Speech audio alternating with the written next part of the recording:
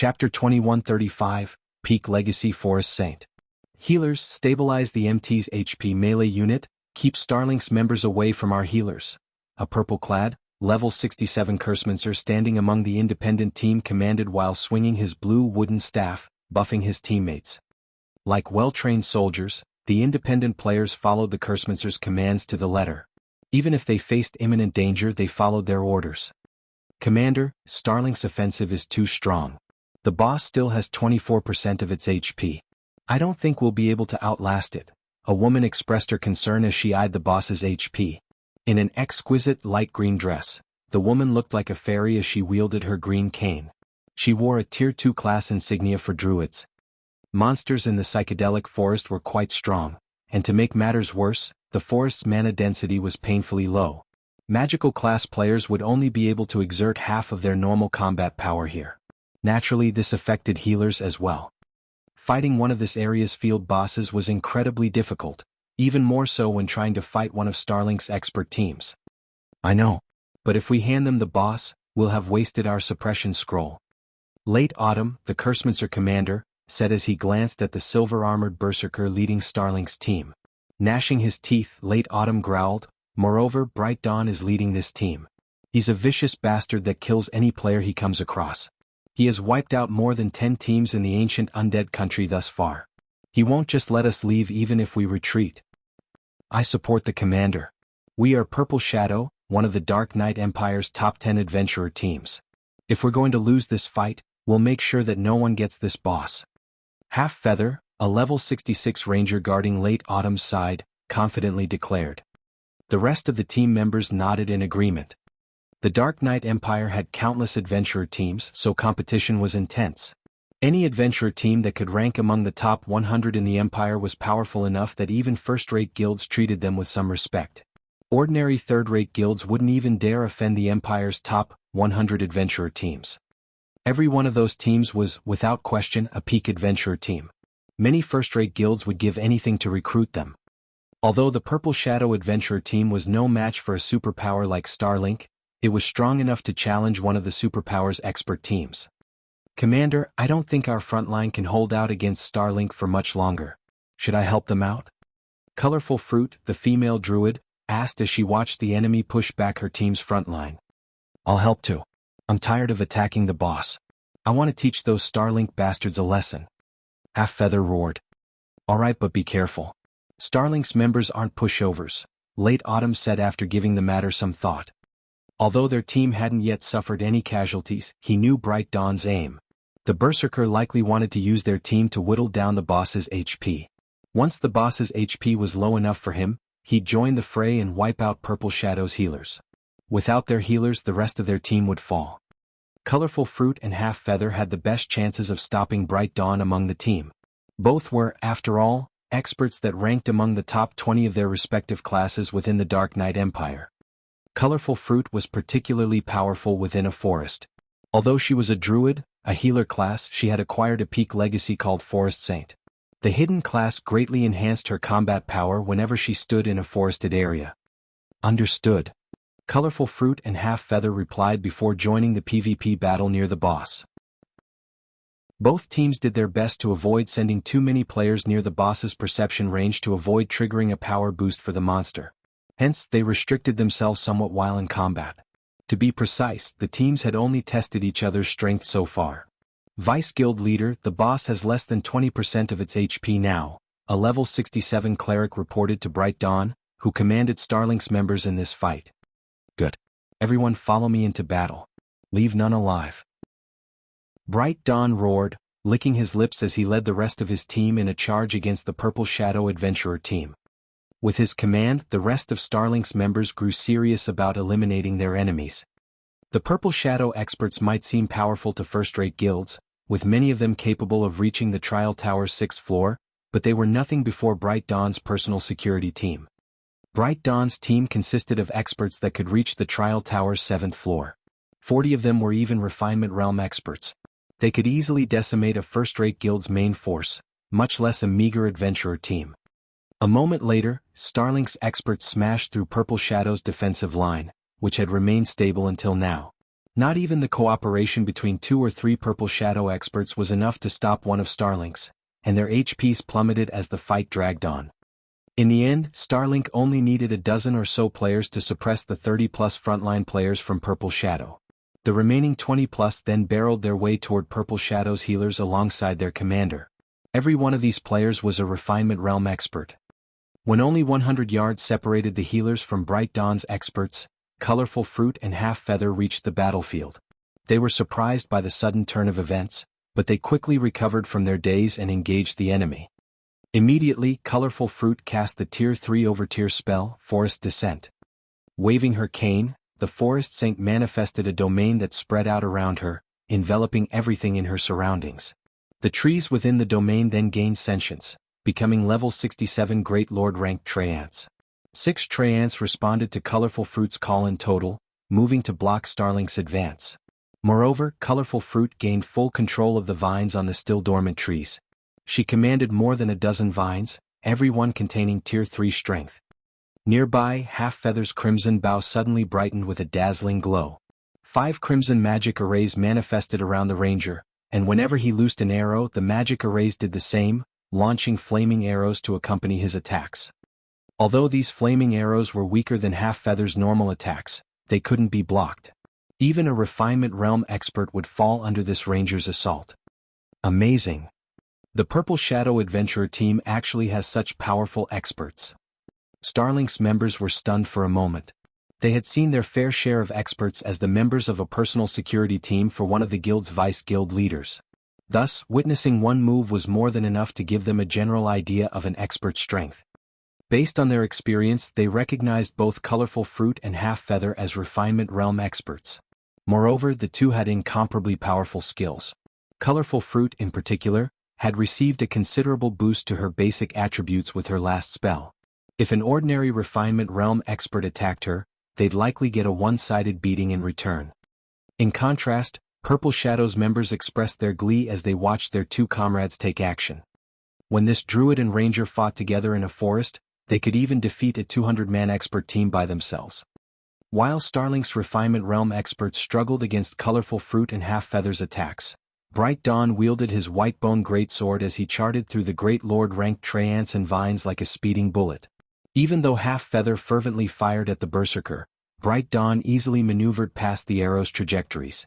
The Berserker was astonishingly fast, no slower than a peak Tier 2 assassin, which made it hard for Half Feather to aim. Within 3 seconds, Bright Dawn stood before the ranger, swinging his greatsword. Suddenly, 6 white flashes blinded the combatants. As they faded, they revealed 6 deep slashes in the ground, each 15 yards long. Although Half Feather had tried to use his bow to defend himself, 3 of the attacks had landed and he died on the spot. How is this possible? Colorful Fruit was stupefied. Half Feather ranked among the top 20 ranger experts in the Dark Knight Empire, yet against Bright Dawn he was as weak as an infant.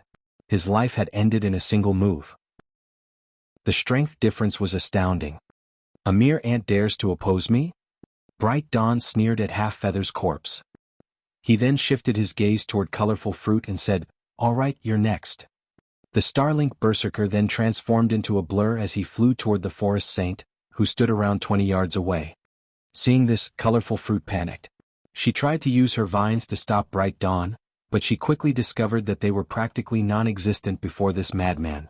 He easily deflected them with his greatsword, not even pausing. So, this is the strength of a superpower?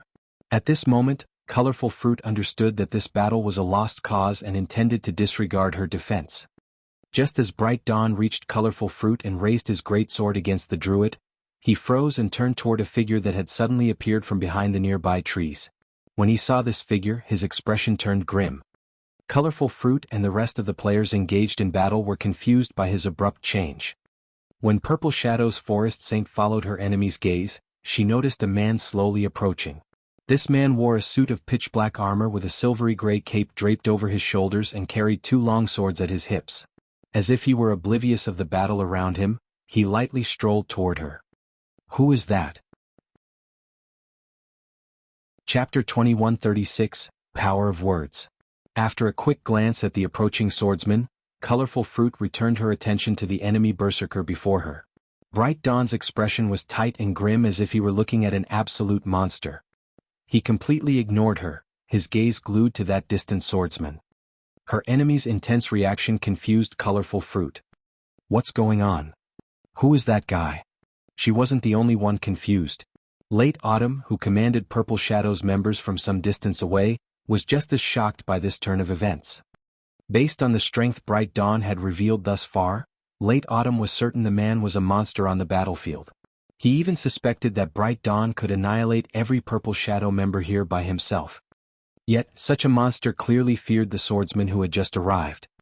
Moreover, Bright Dawn wasn't the only person to react like this. Starlink's other members wore the same grim expressions, all of them staring at the approaching swordsman. Black Flame. What are you doing here? Bright Dawn demanded frostily.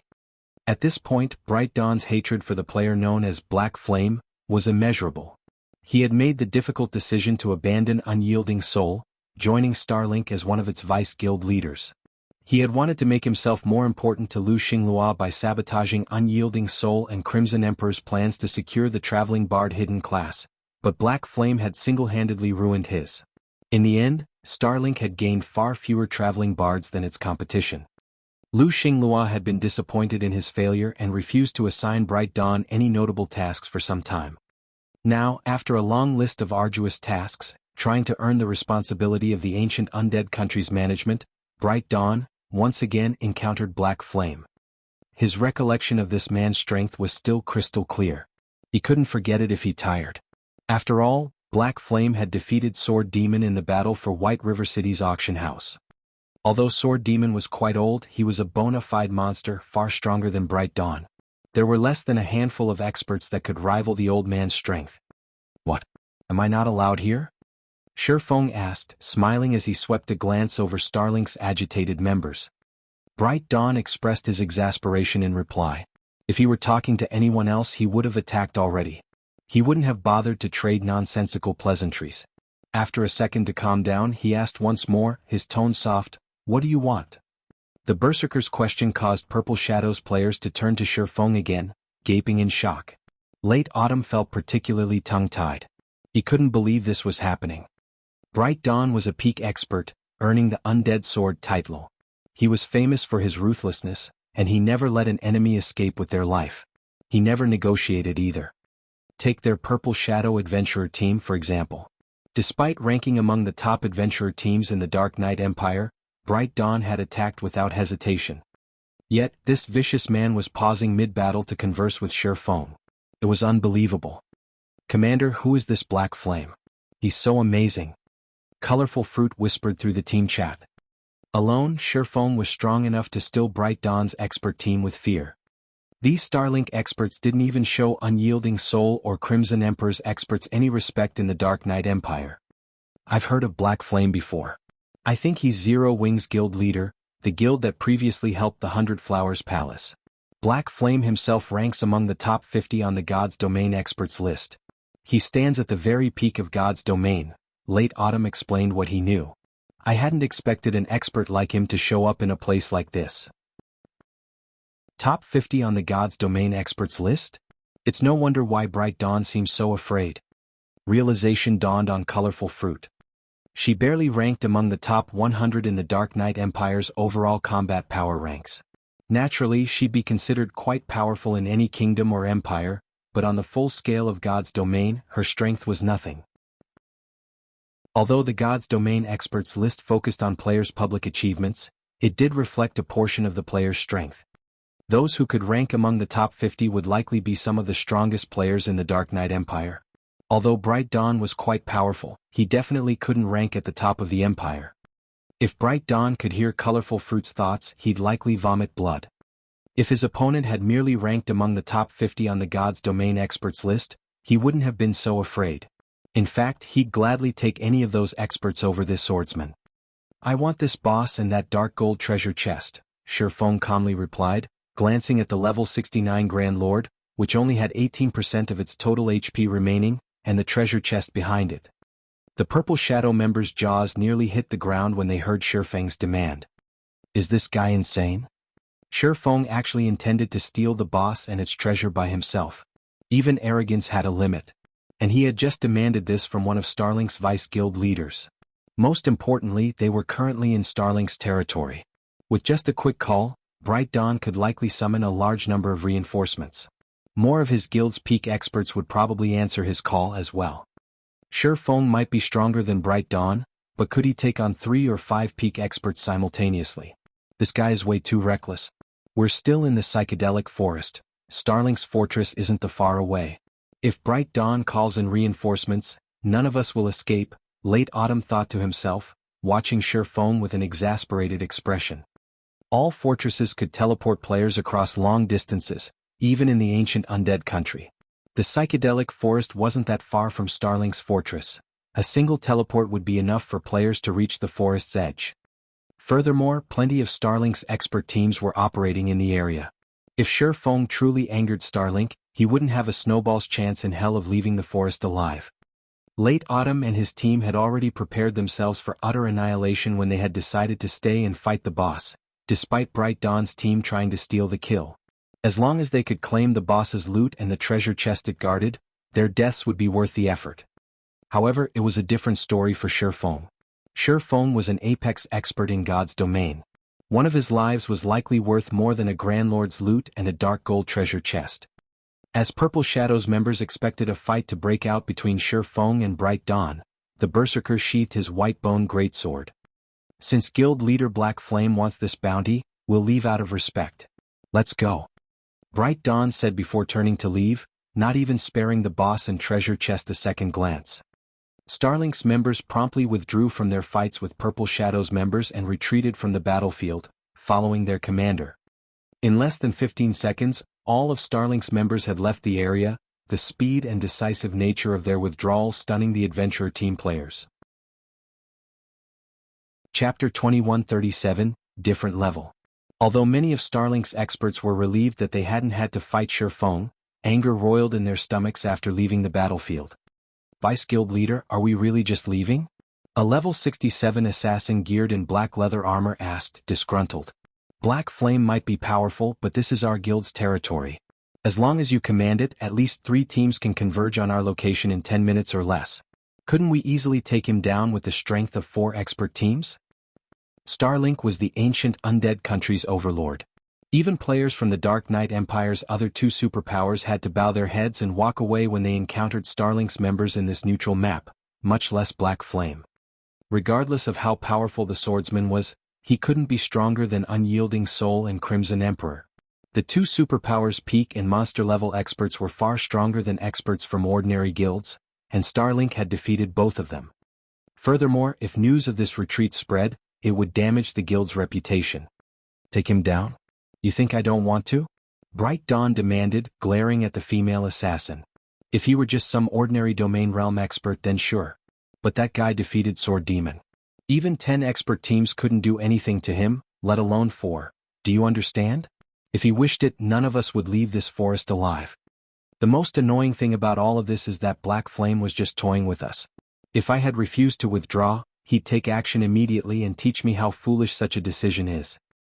Bright Dawn knew that no matter what he had decided, Sure Feng would hurt Starlink's reputation in the ancient undead country eventually. Since that was the case, he'd rather take the path that incurred the least amount of losses. Every member of his team was a trusted subordinate. If he let someone kill these people, not only would Starlink's reputation suffer, but his power base in the guild would also weaken. Is he really that strong? The level 67 assassin asked, shocked. Although domain realm experts could easily defeat a 100-man expert team like theirs in the fields, it was usually because those experts employed guerrilla tactics, gradually picking off the team members. If their teams split up and focused on escape, not even a domain realm expert could kill every one of them. However, it seemed that Bright Dawn fully believed that Sure Feng could slay them all. All of Starlink's teams in the psychedelic forest were led by peak experts, and Bright Dawn even held the title of Undead Sword. He even ranked at the top among peak experts, and it wouldn't be long before he reached the domain realm. Otherwise, he wouldn't have been one of Unyielding Soul's 3 main pillars in the past. As Bright Dawn's personal security team, their strength ranked at the top among Starlink's various teams, yet their commander insisted that not even they would escape Sure Feng's wrath. Could that really be possible? Those monsters are not as simple as you think. Why do you think the various superpowers have such headaches when dealing with domain realm monsters? God's domain in particular has given these monsters a platform to exhibit their full strength, which makes them even more of a challenge, Bright Dawn spat hatefully. However, this isn't over. Although our team can't defeat Black Flame, the guild leader will likely send someone to take him down a notch once we report back. While domain realm experts were frightening, every superpower had such experts of their own. Moreover, God's domain offered a plethora of methods to use against domain realm experts. It just depended on whether or not the various superpowers were willing to pay the price for these methods. While Bright Dawn relayed the news of Shifeng's appearance in the psychedelic forest to his guild, Purple Shadow's members were still caught up in their momentary daze. For a time, they had no idea what to do about this turn of events. "Commander, what should we do now?" Colorful Fruit asked through the team chat. Everything had happened too suddenly. A second ago, their team had been at risk of utter annihilation, facing Starlink's members in a bitter battle for survival. Then Shifeng had shown up and indicated his desire for the boss and the treasure chest. What left Purple Shadow's members truly flabbergasted was the fact that Starlink's team had actually acceded to Shifeng's claim and left the area. This, staring at the swordsman in question, Late Autumn had no idea how to proceed. Should they stay and fight Shifeng for the boss? Or should they take off just as quickly as Starlink's team had? The outcome of fighting this man was obvious. Since Starlink's team, which was stronger than theirs, had fled without a second thought, Late Autumn had a fairly good idea of how powerful Shifeng was. Unfortunately, Shifeng hadn't given them permission to leave the area. If their abrupt withdrawal displeased Shifeng, he might decide to end their lives alongside the bosses. Suddenly, Late Autumn felt that the Purple Shadow Adventurer team, which he was so proud of, was, in fact, insignificant. Before powerhouse players and superpowers, Purple Shadow wasn't even strong enough to make its own decisions. These titanic existences could determine an adventurer team's rise or fall with a single word. Late Autumn even wondered if the Dark Knight Empire was truly just an empire. After all was said and done, Purple Shadow was one of the top 10 adventurer teams in the Dark Knight Empire. Many first-rate guilds had tried to extend an olive branch to their team and treated them with great respect, but before Starlink and Shifeng, this team was powerless. While Late Autumn hesitated, Shifeng shifted his gaze toward the Cursemancer. "Starlink's people are gone. I'll leave this boss to you, but I want one item from that dark gold treasure chest. Do you agree to my terms?" Shifeng asked. Seeing Late Autumn's obviously anguished indecision, Shifeng related with the Cursemancer's internal struggle. During his previous life and before Tier 5 players had existed in God's domain, most players had still been able to rely on a team against the game's truly powerful experts. Unfortunately, once those experts had reached Tier 5, even Shadow, which had controlled 10 major NPC cities, had been powerless against them. Shadow hadn't had a choice, forced to concede any treasures those experts had demanded. If it hadn't, the guild would have lost both the treasures and its members' lives. However, Shifeng was no longer the ordinary expert he had been. He had become strong enough to reach God's domain's apex. "Just one item? Of course we agree." Late Autumn nodded enthusiastically once he snapped out of his daze. Realizing that Shifeng didn't have any ill intentions toward them, Purple Shadow's other members breathed a sigh of relief. Kill-stealing was a common occurrence in the fields, but this was the first time they had been so powerless in such a situation. As they began to relax, Purple Shadow's experts looked to Shifeng with excitement and admiration. Some of the female players even turned starry eyes toward the swordsman. Both Shifeng's individual strength and his identity of a guild leader, commanding a guild that controlled an entire kingdom, were worthy of their admiration. With Shifeng's permission, Late Autumn led his team to defeat the boss. Although a level 69 Grand Lord was powerful, it wasn't a difficult foe to an expert team like Purple Shadows. Furthermore, the magic array they had used to suppress the monster was still in place. Shifeng didn't even show any interest in the boss's loot once the Grand Lord fell. Even in a place like the ancient Undead country, the best loot a Grand Lord could drop was level 65 dark gold equipment. Moreover, the drop rate was extremely low. Normally, a team would be lucky if the map's Grand Lords dropped level 65 fine gold set equipment. Although such quality weapons and equipment were tempting to current players, they held very little attraction to Shifeng. He already had a large stock of level 70 fine gold equipment. He didn't mind passing up a few pieces of level 65 fine gold or dark gold equipment. Only the dark gold treasure chest interested him. However, Purple Shadow's members celebrated the boss's loot for some time. It had dropped a level 65 dark gold ranked cloth hat and a piece for a level 65 fine gold set equipment. Both were considered top tier at this stage of the game. Once the boss died, the magic barrier around the dark gold treasure chest lifted. As these players turned toward the glowing treasure chest, they gulped audibly, their eyes becoming bloodshot as they felt the urge to charge forward.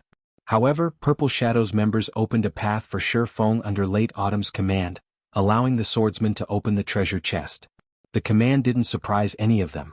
After all, without Sure Feng, they wouldn't have acquired anything from this battle. They probably would have lost their lives. Even if Sure Feng wanted everything within that treasure chest, they wouldn't argue. Fortunately, it isn't a locked treasure chest. Sure Feng released a sigh of relief as he approached the chest. Normally, most treasure chests would be locked once they reached dark gold rank, and unlocking a treasure chest was a troublesome process. Some even required keys of corresponding ranks. Take the inferior legendary treasure chest he had obtained from the Falling Star Secret Land, for example. Although he had the treasure chest in his possession, it was locked, and it required an inferior legendary key to open. When he had discovered this, he had been depressed for some time. Sure Feng spent the next 20 seconds opening the dark gold treasure chest. The instant he lifted the lid, colorful lights burst forth, illuminating a 400-yard radius area. These lights were even visible from 7,000 yards away.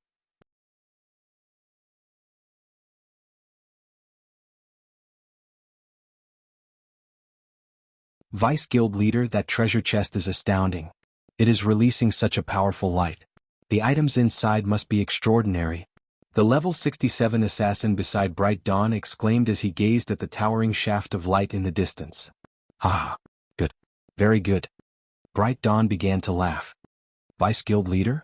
The assassin gave his commander a confused look. Although the dark gold treasure chest had yielded incredible items, they weren't related to it in any way. He didn't understand why Bright Dawn laughed. It would make more sense if the man were enraged by the situation, not joyful. That treasure chest would have been theirs if not for Sure Feng's intervention after all. I guess it's not unusual that you don't understand, Bright Dawn said, chuckling. The teams in the ancient undead country aren't just from the Dark Knight Empire. Powers from other empires and kingdoms have sent their people as well. According to my sources, 2 other superpowers are operating in the psychedelic forest alone. They've disguised themselves as independent players, and both expert teams are led by monster-level experts. The guild leader warned me about these teams before we headed out. Neither of those teams will ignore the appearance of such notable treasure. Realization dawned on Starlink's members after listening to their commander's explanation. Teams with monster-level expert leadership were incredibly strong. Normally, superpowers used these teams as strategic pawns, assigning multiple peak experts to them. Even the weakest member would be a refinement realm expert. Even a 1,000-man legion of experts would have to avoid such a team. We're not going to return just yet. I want to stay and watch what Black Flame intends to do about his latest predicament. Bright Dawn said as he told his teammates to rest. Meanwhile, astonishment overwhelmed Sure Feng as he watched the treasure chest's colorful lights fade. Others might not recognize a dark gold treasure chest with the ability to influence a 7,000-yard radius for what it was, but Sure Feng was no stranger to the phenomenon. A regional treasure. A regional treasure was the most important treasure chest in an area. Even if the psychedelic forest hid an epic ranked treasure chest, its items would pale in comparison to this dark gold treasure chest's bounty. Whenever a regional treasure had been discovered in the past, massive wars had ensued. Regional treasures actually had a chance of dropping an ancient document. Ancient documents were one way players could search for treasures in God's domain. Many powers had discovered legendary and fragmented legendary items with the help of these documents. Hence, the various powers had fought fiercely to claim any regional treasure they could find.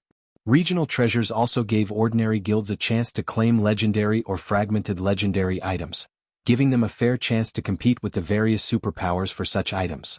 After all, regional treasures appeared randomly. Not even superpowers could claim them all. Sure Feng had found multiple regional treasures in the past, but unfortunately he hadn't been able to claim any for himself. Every regional treasure he had encountered had been snatched away by a top adventurer team or first-rate guild. Once the treasure chest's light faded fully, Sure Feng inspected the items within. The dark gold treasure chest contained a total of 5 items. One was a level 70 dark gold helmet for shield warriors, one was a level 70 fine gold staff, one was a cloth hat for a level 70 fine gold set equipment, one was a tier 3 magic scroll, and one was an ancient tome with silver, divine runes on its cover. A silver ancient document? Shifeng's heartbeat accelerated as his gaze rested on the ancient document. Chapter 2139, Silver Ancient Tome. I want this book. The rest of the items are yours, Shifeng told Late Autumn as he picked up the silver ancient tome and stored it in his bag, acting as if he had no interest in the 4 other items in the treasure chest. The 4 other items were indeed valuable at this stage of the game, especially the level 70 dark gold helmet for shield warriors. Even superpowers experts would drool over such an item. However, even combined, these 4 items weren't worth nearly as much as the silver ancient tome. God's domain had all kinds of ancient tomes to offer. Some contained clues to items, while others could cause devastating destruction. This silver ancient tome could improve players' natural response time. Normally, a player's neural response time depended on their real-world body. Players typically had to use specialized training methods to improve their natural reaction time, as well as have the innate talent to do so. Otherwise, their success would be limited regardless of how hard they trained. However, the silver ancient tome broke this rule and could forcibly improve a player's response time in God's domain. Of course, the improvement was minor, and the silver ancient tome's effects varied from person to person, but even a minor improvement could significantly impact a player's performance in the game. This tome was a special item that could make up for a player's congenital deficiencies. Even though the tome's effects weren't as substantial as a boost to physique, each silver ancient tome had sold for tens of thousands of gold during Shifeng's previous life. Some of the superpowers elderly experts had even traded fragmented legendary items or basic bloodlines to get their hands on one of these tomes, trying to make up for their deteriorating reaction time. Shifeng was actually quite surprised to get his hands on a silver ancient tome so early. If he gave it to one of his guild's refinement realm experts, it wouldn't be long before they broke through to the flowing water realm. After all, improved neural response time would indirectly improve players' combat standards. In fact, when the various large guilds recruited internal members, they typically prioritized players with above-average response time. Currently, Zero Wing had 4 experts stuck between the Refinement Realm and Flowing Water Realm: Fire Dance, Aqua Rose, Gentle Snow, and Violet Cloud. If they could use the Silver Ancient Tome, they might become Flowing Water Realm experts very quickly. Once they reached the Flowing Water Realm, combined with their abilities in the Truth Realm, they'd finally blossom into bona fide peak experts. After Shifeng stored the silver ancient tome, Late Autumn gave the dark gold treasure chest a hesitant look. Guild Leader Black Flame, this item is a piece of level 70 dark gold equipment, Late Autumn said as he examined the helmet for shield warriors. He then turned to Shifeng and said sincerely, "Our Purple Shadow Adventurer team has only avoided annihilation because of you. Accepting such an item is too much." At this stage of the game, even the various superpowers madly contested for level 65 dark gold equipment, not to mention level 70 dark gold equipment. Moreover, this was a helmet for MTs. It was far more valuable than ordinary equipment of the same level and rank. I've already told you that I only wanted one item from the treasure chest. Moreover, it is only level 70 dark gold equipment. It is nothing to Zero Wing, Shifeng responded. Seeing the Cursemonster's guilty expression, he chuckled and continued, "If you really can't bring yourself to accept it, why don't you help me out with something else? Then you can consider the helmet your compensation." He didn't know much about the Purple Shadow Adventurer team, but based on the team's performance and camaraderie, he could see that its members were righteous people. Otherwise, they likely would have split up and fled from Bright Dawn's expert team. That was one of the reasons that Shifeng had chosen to help them. At most, he might have saved any other team from Bright Dawn's bullying. He wouldn't have allowed them to keep the boss and treasure chest. Compensation? Late Autumn was inwardly surprised, looking at Shifeng's calm expression. This swordsman had offered a piece of level 70 dark gold equipment as if it meant nothing to him. Moreover, Late Autumn could tell that Shifeng was telling the truth. Immediately he replied, "That won't be a problem. Guild Leader Black Flame, please tell us what you need us to do. Our Purple Shadow Adventurer team will assist you with everything we got. I'm heading to the Bottomless Abyss to take care of something. I'd like your help in clearing out the mobs. The whole affair will take roughly half a day. How about it?" Shifeng asked. The Bottomless Abyss was the lowest-leveled God Mode regional dungeon in God's domain. Not only did an abundance of monsters call the dungeon home, but they were also quite challenging to deal with. Without enough strength, most teams would find themselves on a one-way trip if they tried to enter the dungeon.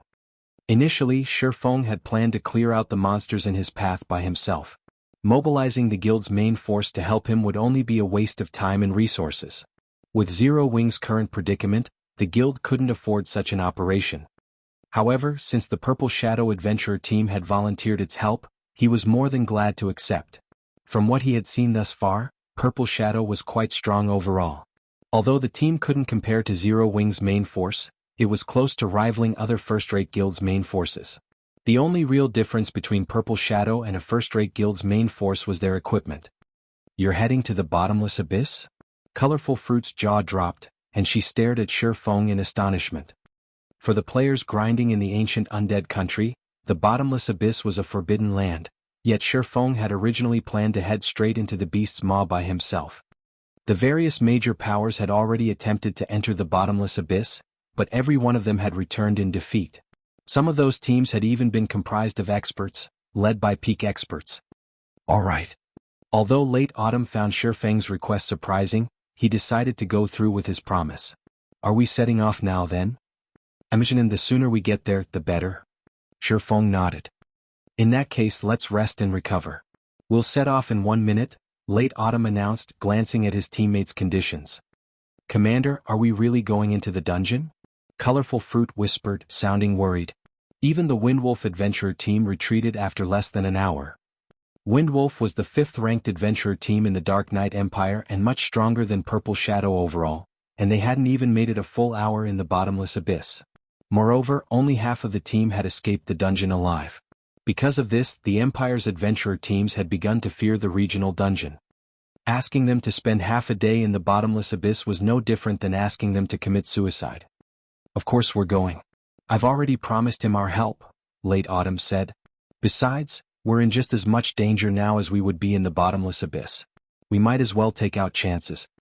Currently, more than 20 expert teams were targeting them. It was almost guaranteed that they wouldn't all make it out of the psychedelic forest alive. Since that was the case, they might as well try their luck in the Bottomless Abyss. After giving the matter some thought, Colorful Fruit found late autumn's reasoning sound. Since both paths led to death, they could at least try to establish a friendship with an expert like Shifeng. Once the Purple Shadow Adventurer team had rested, Shifeng led them toward the God Mode regional dungeon. About 5 minutes after Shifeng and his new companions left the area, a team with an averaged around level 67 found the dark gold treasure chest.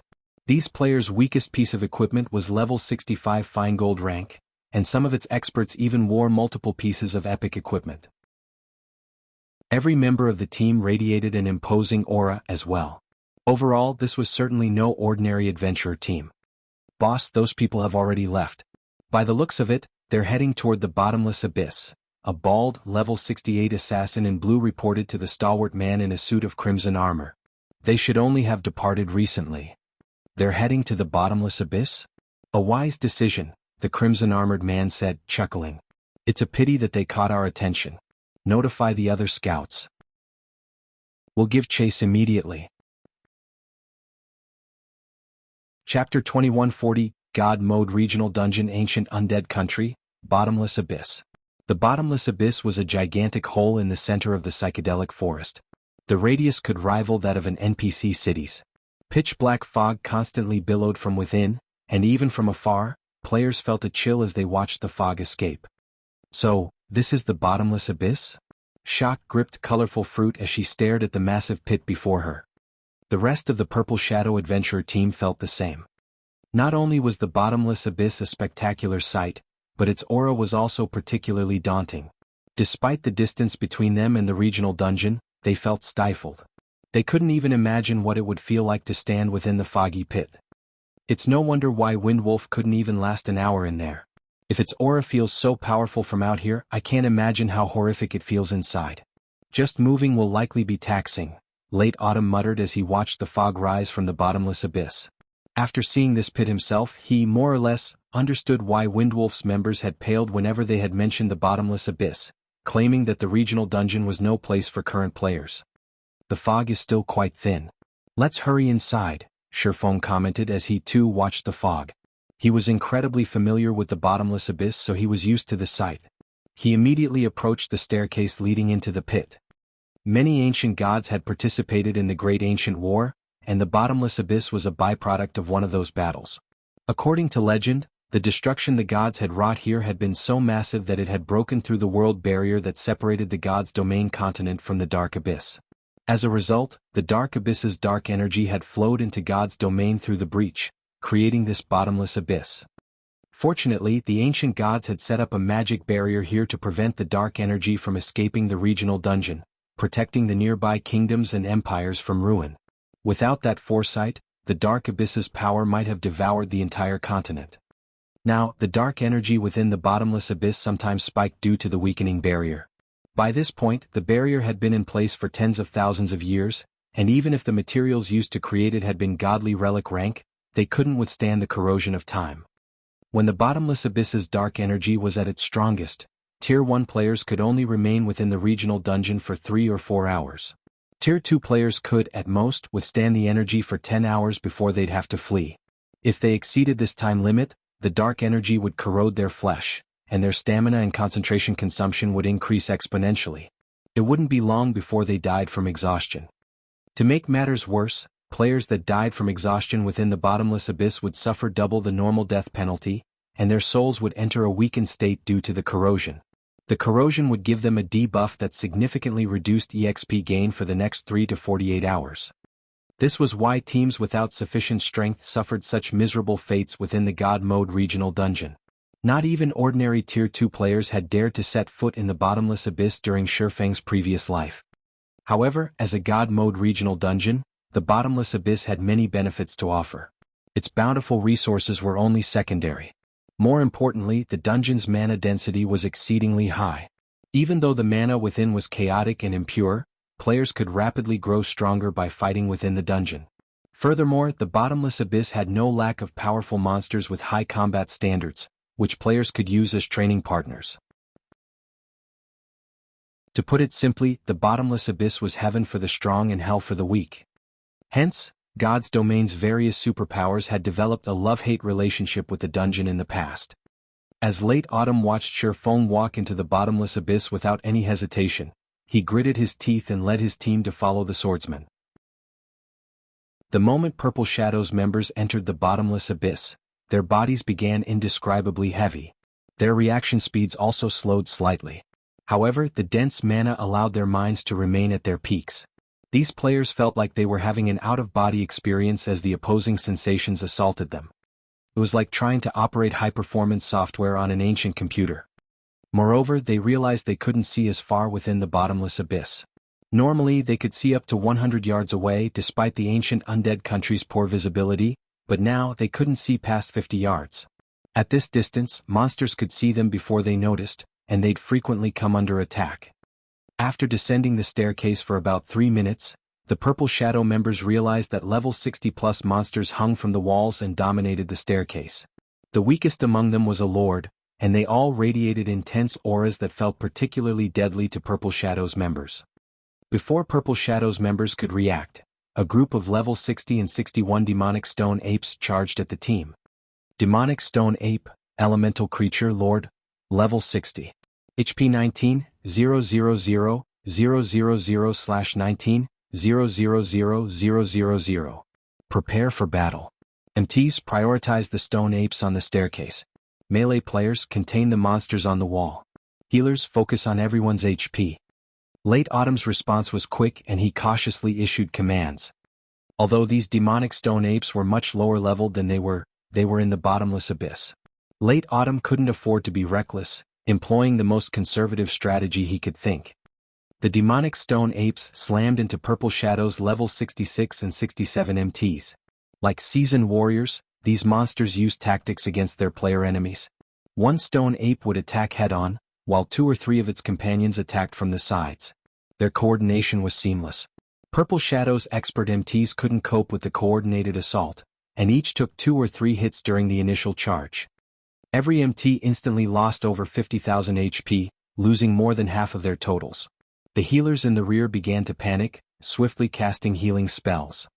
Why are these monsters so powerful? Colorful Fruit was stunned as she watched the 4 demonic stone apes suppress her teammates. Purple Shadow's lead MT was a half-step refinement realm expert, and the weakest piece of equipment on him was level 65 fine gold rank. He even wore a piece of epic equipment. Yet it took everything he had to hold off 4 Lord-ranked monsters, and he wasn't faring well. Earlier, their lead MT had tanked the level 69 Grand Lord by himself. The 20-plus demonic stone apes on the staircase quickly broke past the MT's defensive line, and 6 of the monsters charged toward the team's healers. The remaining dozen or so stone apes preoccupied the team's melee players. Before Purple Shadow's members could recover from their shock of seeing how powerful these demonic stone apes were, a 5-meter-tall stone ape, much larger than its companions, dropped down from the wall above, landing with a thud behind the team. Great Stone Ape, Elemental Creature, Great Lord, Level 62. HP 42, 000/42, 000/000. Before the level 66 Berserker, who guarded the healers, could react, the Great Stone Ape slammed its massive fists into him. The Berserker slammed into the wall, his HP falling to a critical level. The Great Stone Ape's frightening strength and speed stunned every member of the team. Although Colorful Fruit reacted immediately and attacked the Great Stone Ape with her vines, the monster easily tore the 2 vines to shreds. A dull, black glow then enveloped the monster's fist, and it threw a punch at Purple Shadow's healers. The Great Lord moved from defense to offense so smoothly that it didn't move like any monster they had seen. Rather, the Great Stone Ape fought like an expert player with a plethora of combat experience. It's over. Colorful Fruit's heart sank. A Great Lord's skill could instantly kill a plate-wearing player, let alone a cloth armor class player. Once the team's healers fell, they'd lose any chance of winning this battle. However, before the Great Stone Ape's fist could connect with the healers, Shi Feng appeared before the Great Lord. He unsheathed Killing Ray and responded to the monster with a light slash. An arc of blue lightning blinded the players for a split second before the Great Stone Ape joined the level 66 Berserker in decorating the wall. Its chest bore a deep, oozing cut. Chapter 2141, Flying Improvements. Purple Shadow's members were stunned to see the Great Stone Ape embedded in the hard, stone wall. How high is his strength? Colorful Fruit could not help but stare at the Great Stone Ape in disbelief. She had felt the Great Stone Ape's strength when it had torn apart her vines so effortlessly, high enough to rival a Grand Lord's of the same level. However, not only had Shi Feng repelled the monster's skill with a single swing of his blade, but he had also thrown the Great Lord with that strike. His strength was simply absurd. Meanwhile, Purple Shadow's healers breathed a sigh of relief at receiving Shi Feng's help. They immediately put more distance between them and the Great Lord. Lead MT aggro the boss. Guardian Knights, activate Protection Blessing, and hold down the demonic stone apes. Late Autumn shouted commands to Team's lead MT the moment the Great Stone Apes' offensive had halted. From this initial clash with the Stone Apes, he realized that these monsters possessed extremely high combat standards, especially the Great Stone Ape. Only their team's lead MT could likely hold down that boss. If he sent any of his other MTs to tank it, he'd just be sending them to their deaths. Roar. However, as soon as Late Autumn finished his command, the Great Stone Ape pulled itself away from the wall with a furious roar. Its eyes became bloodshot, its muscles bulged. Clearly, this Great Lord had just entered some kind of berserk state, charging straight for Shi Feng. Crap. Solitary, activate your berserk skill and stop that thing. Late Autumn hurriedly ordered the level 67, Tier 2 Berserker that stood closest to the monster. Leave it to me. Solitary Dragon nodded in reply. Before the Berserker could activate his berserk skill and face the Great Stone Ape, however, Shi Feng stopped him and said, "No need. It's still too soon to use berserk skills here. Leave this to me." After saying so, Shi Feng took a step forward and appeared before the enraged Great Stone Ape in an instant. The swordsman looked like a child compared to the 5-meter-tall monster. Seeing its hated enemy standing up to it, the Great Stone Ape swung its fists at Shi Feng. The sharp sound of the movements cutting through the wind was audible from 30 yards away. In the blink of an eye, the Great Stone Ape fired 6 strikes at Shi Feng, the massive size of its fists making the punches impossible to dodge. The other players' expressions darkened as they watched from the corner of their eyes. This move was enough to tell that the Great Stone Ape's combat standards were on par with a player who reached the middle stage of the Trial Tower's 5th floor. Combined with attributes that rivaled a Grand Lord of the same level, how were they supposed to fight this monster? Contrary to expectations, however, the attack hadn't sent Shifeng flying. Instead, all 6 punches harmlessly passed through Shifeng before the swordsman began to fade out of existence, revealing that the great stone ape had only struck an afterimage. Without anyone realizing it, Shifeng had moved behind the great stone ape and had already swung his sacred sword. Shio.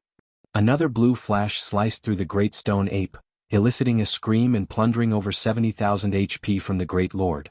Another visible cut now graced the monster's sturdy form. The great stone ape's fury reached new heights as it took another hit. In response, it spun around and launched another barrage of punches at Shifeng. As if Shifeng existed in another space entirely, the great lord couldn't hit him no matter how hard it tried. Instead, one cut after another joined the first 2. Not only did Shifeng continue to reduce the boss's HP, but he repeatedly inflicted injuries as well, reducing the great stone ape's reaction speed. Is this real? Colorful Fruit watched Shifeng give the monster a one-sided beating, utterly awestruck. For a moment she even forgot to support her teammates. Purple Shadow's lead MT, who had been in the midst of trying to assist, was just as stupefied. A Tier 2 swordsman was perfectly suppressing a level 62 Great Lord with the combat standards of the Trial Tower's 5th floor. Moreover, he accomplished this feat within the Bottomless Abyss, where players' physical bodies were severely suppressed. This was unbelievable. Most importantly, Shifeng's calm composure made it seem as if he were confident of slaying this great stone ape by himself. It's no wonder why Bright Dawn was so afraid of him. He is truly a monster. Late Autumn inwardly exclaimed as he watched the great stone ape's HP plummet. Finish the fight quickly. We'll only attract more monsters if we linger, Shifeng shouted, noticing the dazed expressions Purple Shadow's members wore. Although he could solo the great stone ape, doing so would require a lot of time and energy, and a God Mode regional dungeon wasn't a place where players could afford prolonged battles. If this fight took too long, they'd attract another wave of monsters. Shifeng's warning snapped Purple Shadow's members out of their daze, and they immediately resumed their attacks against the demonic stone apes. Immediately they resumed their attack on the demonic stone apes. With Shifeng keeping the great stone ape in check, Purple Shadow's members had an easier time dealing with the demonic stone apes. Moreover, they began to adapt to the Bottomless Abyss's environment as they fought. As a result, their attacks became more efficient. Under Late Autumn's command, the team gradually descended the staircase, never fighting in one place for too long. Although they occasionally encountered other stone ape groups, the number of enemies they fought at any one time was tolerable. Finally, after more than 5 hours of combat, the team had cleared out the demonic stone apes and great stone apes in their path. The loot the monsters had dropped had surprised Purple Shadow's members. Not only did these monsters drop plenty of magic crystals, but they had also granted the team a few pieces of level 60 equipment and materials. These monsters' loot was far more abundant than outside the regional dungeon. Moreover, the weakest piece of equipment the stone apes had dropped was level 60 mysterious iron rank, and some had even granted secret silver ranked items. Such high-quality equipment could fetch a lot of money on the market. It was no exaggeration to claim that the last 5 hours' harvest could rival a full day of grinding elsewhere. However, the loot wasn't the most valuable acquisition. Due to their battles against the stone apes, Purple Shadow's members had been inspired, improving their combat standards. That was a benefit they definitely wouldn't find outside of the Bottomless Abyss. Commander, this place is heavenly. If we could spend a month down here, the Purple Shadow Adventurer team could become one of the top 5 adventurer teams in the Dark Knight Empire. Half-Feather exclaimed. As a Refinement Realm expert, he could sense himself improving throughout the 5 hours of constant battle. Needless to say, his teammates must have improved even more than he had. Furthermore, these monsters' loot was several times better than monsters elsewhere. That's right. I hadn't imagined that this place would be so helpful. It's no wonder why the various large guilds are so desperate to explore the Bottomless Abyss, Late Autumn said. He had a far better understanding of the regional dungeon's value than his subordinates. While resources and funds were important to a guild, those factors weren't nearly as valuable as its members' strength. This God Mode regional dungeon had proven to be a natural training ground, and players' leveling speed wouldn't slow while they trained here. On the contrary, they would enjoy a much higher leveling speed than outside of the dungeon's borders. If a guild took control of the Bottomless Abyss, its development would skyrocket. As he considered this, Late Autumn's gaze drifted back to Shifeng, who stood some distance away.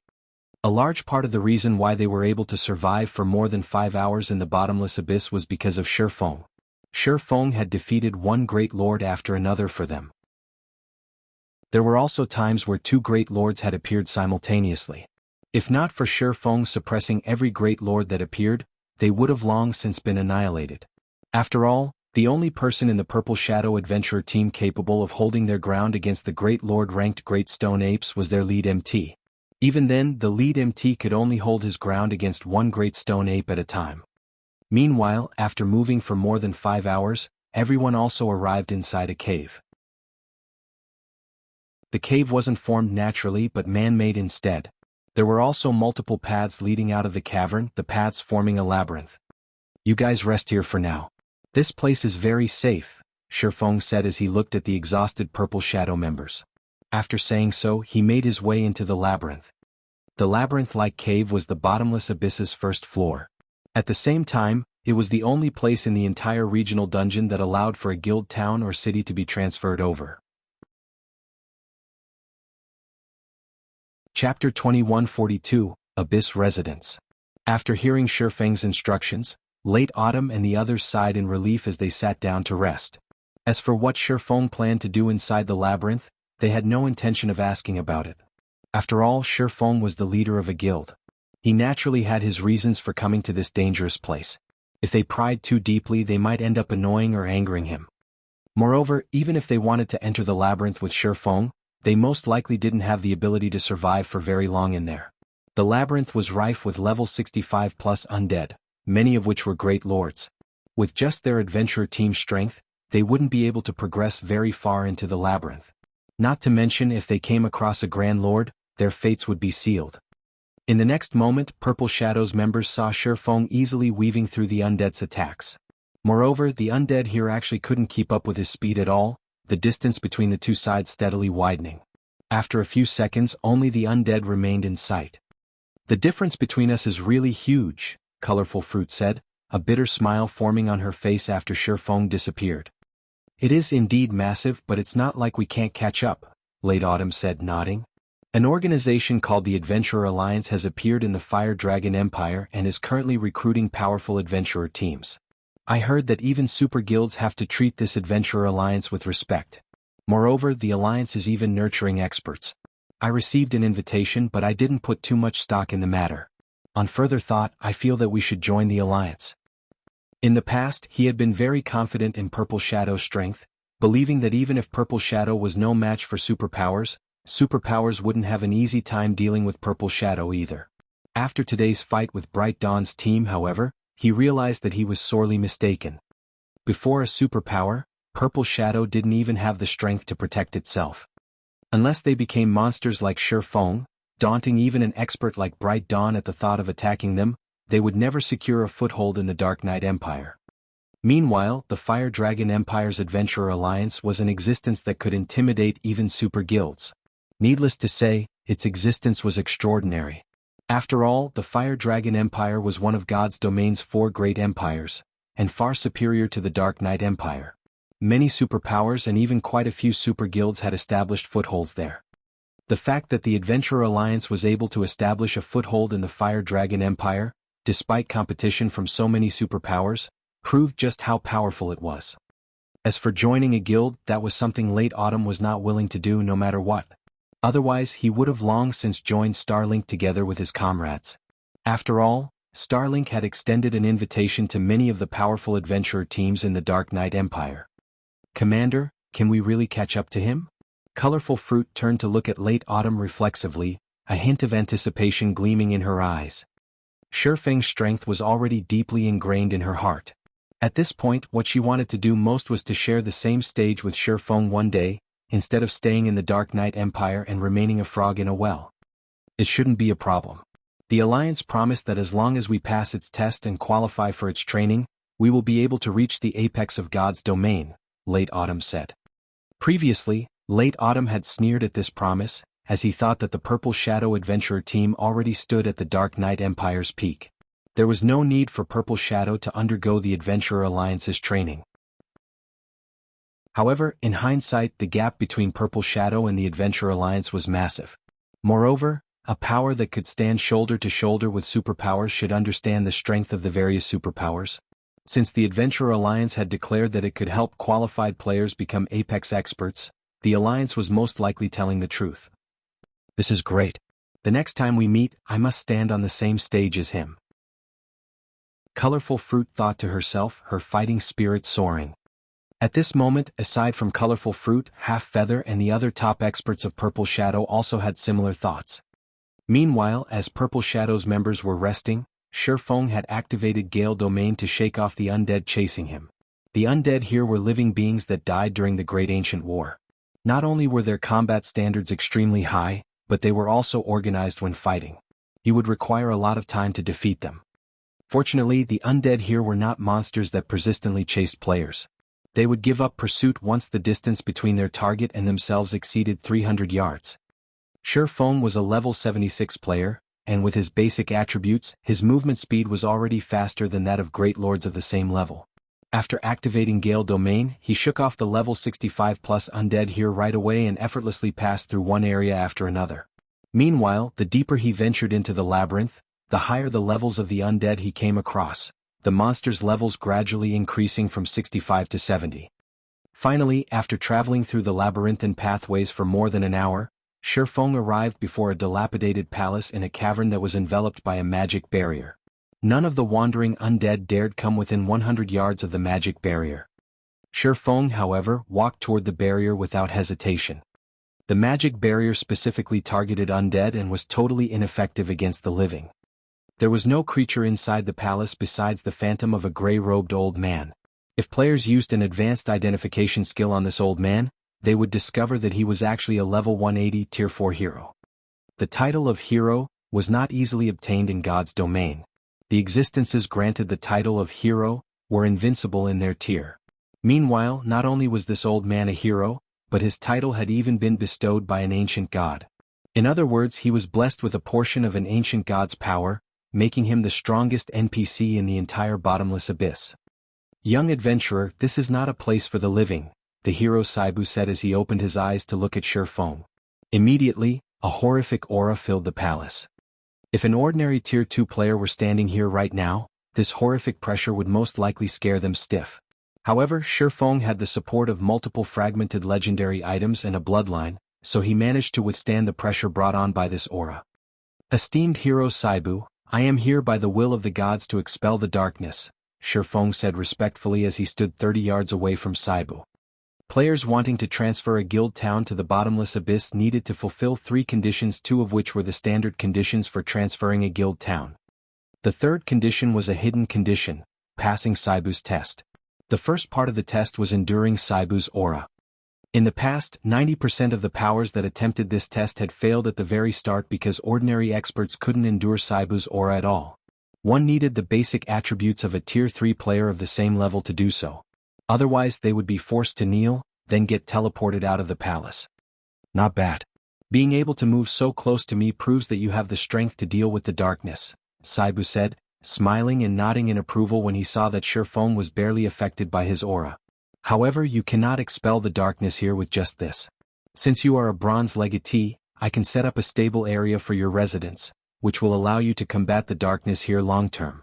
However, you will have to contribute 6,000 mana stones.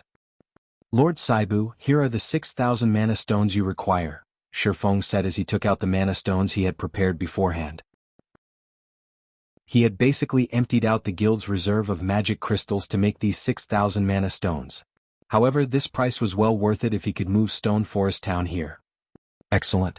So many mana stones should just barely be enough to resist the corrosion of darkness here, Saibu said. As he received the 6,000 mana stones from Shifeng, he couldn't help taking a few extra glances at the youth before him, following which he started incanting. As Saibu chanted, the 6,000 mana stones merged and transformed into a resplendent gemstone. With this item you can set up a magic barrier on the first floor, which we are on. The residence you set up inside this barrier will be able to avoid the corrosion of darkness. Keep in mind that this item can be used only on the first floor, Saibu said gravely as he handed the gemstone to Shifeng. When Shifeng accepted the gemstone, he sighed ruefully. In the past, he could only watch from the sidelines as the various superpowers established one town after another inside the bottomless abyss. In this life, however, he too could set up his own town here. Chapter 2143, Transferring Stone Forest Town. Shi Feng didn't linger after obtaining the barrier gemstone, making his way toward the Undead Forest. The Undead Forest was located in the center of the Bottomless Abyss's first floor. Not only did a large number of level 70+ undead wander the area, but it was also where the first floor's dark energy was densest. Without high darkness resistance, not even Tier 2 players could spend more than 6 hours in the area. However, despite the Undead Forest dangers, it was one of the few places on the first floor that could support a guild city. The Bottomless Abyss's first floor was comprised of a series of connected tunnels and caverns, which was why there weren't many places that could house a guild city. As far as Shi Feng could remember, fewer than 10 caverns could support such a massive player base. Most of them could only support an advanced town. As a result, players needed to select the location for their guild town carefully in the Bottomless Abyss. Otherwise, they wouldn't be able to promote the town due to insufficient space. Of course, Shi Feng had another reason for choosing the Undead Forest. It was the closest location to the Bottomless Abyss's second floor. The Bottomless Abyss was a level 60 to 100 super large-scale regional dungeon, and it was considerably larger than many neutral maps elsewhere, separated into a total of 3 floors. Each floor was more difficult than the last, and the second floor was considered a turning point. To current players, the Bottomless Abyss's first floor was already horrific, but they didn't realize that the first floor was only a training ground to help players adapt to the regional dungeon's environment. These monsters were only between level 60 and 75. However, the dungeon wouldn't be so kind once they reached the second floor, its difficulty rising to a whole new level. The second floor's monster ranged from level 70 to 90. But as the God Mode regional dungeon became more challenging, it would reveal its true benefits. From the second floor onward, not only would monsters drop 7 Luminaries crystals, but their drop rates for fine gold and dark gold equipment would be roughly 3 times higher than elsewhere. Players would also find plenty of combat techniques and skill books. They'd even have a chance of finding a legacy if they were particularly lucky. Unlike most legacies found outside of the dungeon, those in the Bottomless Abyss had survived since ancient times. The weakest legacy players could find in this regional dungeon was advanced rank. As for the Bottomless Abyss's third floor, it was where players would discover the true essence of the God Mode regional dungeon. Not only would players have a chance of obtaining peak legacies when they killed the bosses on that floor, but they'd also have an extremely small chance of obtaining fragmented legendary items. Typically, fragmented legendary items didn't even drop from ordinary mythic bosses. Only special mythic bosses had a chance of dropping such precious treasure. However, the Bottomless Abyss's third floor was the typical map. Every mythic boss on that floor had a chance of dropping fragmented legendary items, and the dungeon's final boss was guaranteed to drop one. One could say the Bottomless Abyss was responsible for introducing fragmented legendary items to God's Domain's players. In the past, the various superpowers had only begun to acquire fragmented legendary items once they had discovered the Bottomless Abyss. After that moment, everyone had come to understand that epic items weren't truly the best weapons or equipment in the game and that something even stronger existed. Since Shi Feng was the first person to acquire a barrier gemstone in the Bottomless Abyss, he had to take advantage of as many opportunities in preparation for conquering the regional dungeon's third floor. After an hour or so of travel, Shi Feng found himself in a massive, spacious cavern. At first glance, the cavern looked like any other forest, filled with verdant trees and bright light. It looked nothing like the cavern it truly was. This was the Undead Forest. The dark energy here was so dense it was stifling, and level 70+ Great Lord ranked undead roamed through the woods. There were even quite a few Grand Lords. Dark energy affected these monsters in the same way mana affected players. The denser the dark energy was, the higher the monster's combat standards would be. Even the weakest Great Lord in the Undead Forest had combat standards on par with the late stage of the Trial Tower's 5th floor. Such combat standards would be impressive enough to earn a player a party leader position among a first-rate guild's core members. Including the monster's high basic attributes, even a first-rate guild's chief MT would have a tough time against these Great Lords. The Grand Lords, on the other hand, could reach the 6th floor's early stage. They were nightmarish opponents, even for a first-rate guild's main force. Only the various superpowers' top combatants had a chance against these monsters. Thank goodness I have the Bible of Darkness. I don't know how I'd make it through this forest without it. Shifeng was relieved as he used omniscient eyes to watch the level 74 Grand Lord ranked great necromancers that wandered in the distance. These level 74 great necromancers were extremely powerful. Not even Shifeng would dare provoke them in his current state. If he accidentally aggroed one, he'd have no choice but to flee. Fortunately, the Bible of Darkness granted him control over the power of darkness. This, in turn, allowed him to resist dark energy and significantly lowered the chances of dark creatures noticing him. He'd be able to avoid the undead forest's residents with relative ease. After about 10 minutes or so, Shifeng had circled around more than 30 great lords. He had also encountered more than 3 grand lords. If a superpower's main force visited this forest at this stage of the game, their deaths would be a guarantee. It should be here, Shifeng thought as he observed his location. He then took the barrier gemstone from his bag and began to chant an incantation. After 10 verses and more than 30 seconds, the barrier gemstone disappeared. Then 2 gigantic silver magic arrays formed above and beneath Shifeng, and every monster within the array's range released pain cries before fleeing the area. The 2 magic arrays continued to grow larger, from their initial 500-yard radius to 1,000 yards, then 3,000 yards. The arrays only stopped expanding after another 30 seconds. Suddenly, a colossal magic barrier blossomed in the middle of the undead forest, occupying 1/10 of the entire area. Not a single monster stood within the barrier. Next, I need to guide Stone Forest Town's transfer. Shifeng was quite satisfied with the forest's lush greenery within the magic barrier. He then took out the town transfer token he had obtained from the Eclipse Throne and chose to transfer Stone Forest Town. Originally, he had planned to use this token to move Stone Forest Town to a neutral map neighboring Starmoon Kingdom, but with Silverwing Town in the Ur Empire, he had set the token aside. Now the token would finally display its potential. System: do you wish to transfer Stone Forest Town to the specified area? Shifeng clicked yes without hesitation. Chapter 2144, Abyss Town. Once Shifeng made his selection, another system notification rang in his ears. System: you have selected to transfer Stone Forest Town to the specified location. Transfer conditions met. System: Stone Forest Town will be closed off in 1 minute. Estimated transfer time is 30 minutes. Players will not be able to enter the specified transfer area during this time. You will automatically be teleported out of the transfer area in 10 seconds. Half an hour, huh? When Shifeng heard the system notification, he could not help his growing excitement. Nothing was more important to the various large guilds than resources and experts. As long as Stone Forest Town's transfer completed smoothly, it would become even more important than Zero Wing City. The guild town would even generate more profit than the city. While Shifeng considered his next step, he was transported out of the magic barrier. Meanwhile, back in Starmoon Kingdom's Stone Forest Town, the players in the town were in an uproar. What's going on? Stone Forest Town is moving to another location? Crap. I just got here to level up.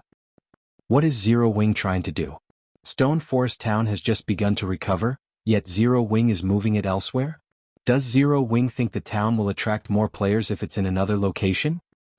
This is a scam. We need to boycott Zero Wing. The guild's abandoning new players just to become more popular. I won't ever set foot in a Zero Wing town again. We'll see how long Zero Wing lasts if no one visits its towns. The players in Stone Forest Town fell into heated discussions when they received the system notification about the town's relocation. The players new to God's domain were particularly boisterous. Stone Forest Town was still a holy ground for players between level 30 and 50. Not only was the town next to a low-level Azura mode regional dungeon, but it also had everything low-level players could need or want. Not even NPC cities could rival Stone Forest Town's benefits for low-level players.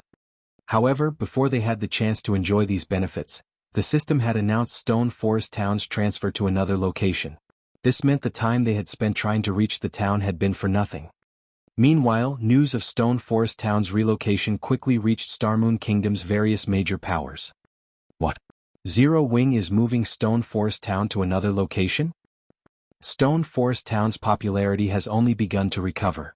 It's still earning a significant magic crystal profit each day, yet Zero Wing wants to relocate the town? Has the guild found a better location? I want this investigated immediately. Tell our spies in Zero Wing to find out where the guild plans to relocate the town. For independent players, Stone Forest Town's relocation only meant that they'd lose a leveling spot, and that only impacted the independent players that had recently joined God's domain. Naturally, there were other maps where they could grind. However, Stone Forest Town's transfer held a completely different meaning for Starmoon Kingdom's various powers. Transferring a town meant transferring an area of influence. Since no one could oppose Zero Wing in Starmoon Kingdom, they'd be doomed if the guild relocated Stone Forest Town to their territories. Hence, the kingdom's powers anxiously searched for the town's new location.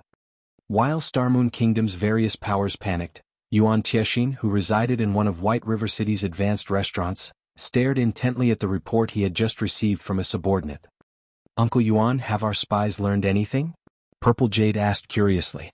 "Is Black Flame's claim really true? Has he actually relocated Stone Forest Town into the Bottomless Abyss?" The various superpowers were paying particularly close attention to the God Mode regional dungeon. If not for the Bottomless Abyss's monsters and environment, the secret pavilion would have already dispatched a large team to explore the dungeon. Meanwhile, according to the most recent report, quite a few super guilds had sent their own teams into the Bottomless Abyss. Unfortunately, they had suffered grievous losses for doing so. According to their investigation, current players simply weren't strong enough to grind in the regional dungeon. They'd have to reach level 70 before they'd have any chance of survival. Hence, she found it truly hard to believe that Zero Wing had successfully transferred Stone Forest Town to the dungeon, but when she recalled Shifeng's confident expression on the day they had made their deal, she knew he hadn't been joking about his plans. Furthermore, if Shifeng failed to complete the transfer, the secret pavilion would secure the Guardian puppet design. "They haven't been able to verify anything yet," Yuan Tiexin said, shaking his head. "But based on our information, Black Flame has made an appearance in the ancient Undead country. He even humiliated Bright Dawn, one of Starlink's vice guild leaders. I believe that your guess is likely correct. A town's transfer, after all, requires its owner's permission." Yuan Tiexin couldn't help the sting of regret he felt. If the secret pavilion had been as confident in Zero Wing's abilities as Shifeng, it would have likely invested more in the guild, rather than treat Zero Wing with half-hearted sincerity. If Zero Wing has actually accomplished its goal, its future will be set. With Stone Forest Town alone, Zero Wing will qualify to contend with superpowers. If it can solidify its legacy foundation as well, then we can reasonably expect that it will become a super first-rate guild any day now. Purple Jade said. She had a thorough understanding of how valuable the Bottomless Abyss's resources were. If a guild monopolized those resources, its development speed would be astonishing. Moreover, the various superpowers would have a very difficult time dealing with Zero Wing before players reached level 100. Even Starlink would find it challenging to shake Zero Wing's foundations. Meanwhile, within Zero Wing, guild members excitedly discussed the latest news regarding Stone Forest Town. "I wonder where the guild is moving Stone Forest Town to. I'm guessing that it's moving the town to a neutral map. All of the large guilds are trying to claim them, and our guild is no exception. I can't wait to find out which neutral map the town will occupy." "I agree. Since Starlink is so dead set on suppressing our guild in the Empire, we can't really do anything in the Empire's core area. We're stuck around Silverwing Town. It'd be wonderful if the guild transferred Stone Forest Town to that area. Honestly, it's not a big deal if the guild doesn't transfer Stone Forest Town to the Empire. Starlink already has a fortress there, but it doesn't have any bases in other neutral maps. We could secure a massive advantage if the guild transfers Stone Forest Town to a different neutral map. Moreover, the Zero Wing auction house now has access to a wider variety of items. Even if the guild transfers the town to a smaller neutral map, our leveling speed won't be any slower than it is in the Empire." Many of Zero Wing's members expressed their guesses and hopes for Stone Forest Town's new location, every one of them filled with anticipation.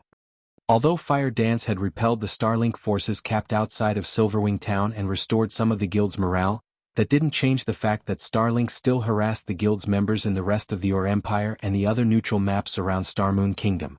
To make matters worse, other guilds' members were rapidly growing stronger and exploring neutral maps. To say that Zero Wing's members didn't have any opinions on the matter would be a lie. As every player throughout Starmoon Kingdom discussed this abrupt change, half an hour passed quickly.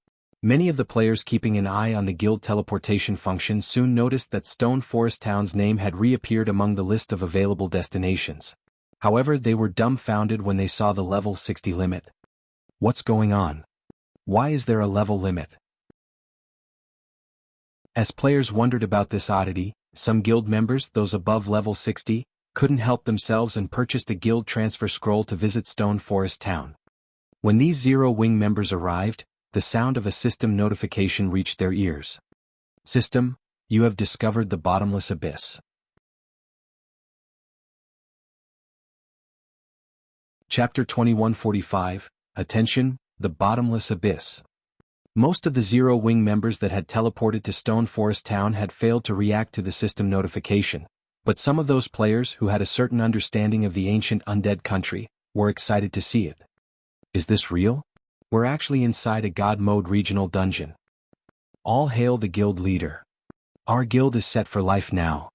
Although none of the various powers had made any progress in exploring the Bottomless Abyss, what they had learned of the regional dungeon gave them high hopes. Moreover, the Bottomless Abyss was the reason that Starlink had been able to suppress both Unyielding Soul and Crimson Emperor when it had laid claim to a single fortress.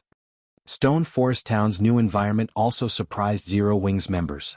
In the Bottomless Abyss, the town's mana density was likely even higher than in Zero-Wing City. Players would be able to achieve the same results when training their combat standards with half the effort here. Stone Forest Town had become a sacred ground, ideal for players. Not only could players level up and upgrade equipment around the town, but they could also train their combat standards and techniques in the town. Shortly after Zero-Wing's members discovered Stone Forest Town's new location, news spread quickly to Starmoon Kingdom's various major powers. How is that possible? Someone must have made a mistake with this report. That's a God Mode regional dungeon we're talking about. How could Zero-Wing just transfer Stone Forest Town there? All of the various powers instinctively denied the validity of the news. Everyone knew that even the various superpowers were powerless in the Bottomless Abyss. Surviving in the dungeon was nearly impossible, much less raiding it. It simply shouldn't be possible to move a guild town to such a lethal location. However, when these powers began to receive similar reports from other spies within Zero-Wing, they couldn't deny the truth. There was no doubt that after today, Zero-Wing would become an overlord in God's domain. Even if it wasn't yet a superpower, it now qualified to contend with the various superpowers in the game. Meanwhile, in one of White River City's advanced restaurants, Yuan Tiexin and Purple Jade received confirmation of their suspicions, and they fell silent for some time. Zero-Wing did it, Uncle Yuan. Are we going to begin the next part of our plan now? Purple Jade asked excitedly after recovering from her surprise. Although she had known that Shifeng hadn't lied to them, she couldn't help the surprise and admiration she felt once he had actually made good on his promise. Amicham. Notify our subordinates and tell them to organize the necessary manpower to visit Stone Forest Town. We need to secure the Bottomless Abyss before the other superpowers have time to prepare. Yuan Tiexin nodded. Smiling, he continued, this time, we'll show the Chamber's advanced members how foolish the Secret Pavilion's decision was. The Secret Chamber of Commerce's advanced members had criticized the Pavilion for demoting Starlink to basic membership rank, and the Pavilion had been forced to offer a variety of benefits to quell their anger. To make matters worse, many superpowers that had heard of the matter had ridiculed the Secret Pavilion for being foolish enough to abandon a fortress in the ancient undead country for Zero-Wing. However, none of that mattered now. The Secret Pavilion owned a portion of Stone Forest Town's shares. Not only would it earn a large number of coins from the town, but it could also establish a guild transfer point within its walls. The pavilion's members would not have to run all the way to the ancient undead country to reach the Bottomless Abyss. In fact, the pavilion's members could now grind in the regional dungeon without having to leave it. Once they ran out of stamina, they could simply return to Stone Forest Town and rest. The pavilion now had more advantages than the other superpowers. With this relocation, Zero-Wing could nullify any progress Starlink had made in the Bottomless Abyss on a whim. Moreover, Zero-Wing wouldn't have to resort to drastic measures to do so. As long as the guild barred Starlink's members from Stone Forest Town, allowing others in, Starlink would fall behind. If the situation persisted, it would even affect Starlink's position in the Dark Knight Empire. This was exactly what the superpower had attempted to accomplish by hindering Zero-Wing's progress in the neutral maps around Starmoon Kingdom. Moreover, Starlink would likely find Zero Wing a difficult pest to crush now. Once the various superpowers discovered Stone Forest Town's relocation, they'd reach out to the smaller guild in an attempt to secure a partnership. Once that happened, Zero Wing wouldn't be so easy to shake. However, if Starlink allowed Zero Wing to develop in the bottomless abyss freely, the superpower would only lose its advantages in its own empire.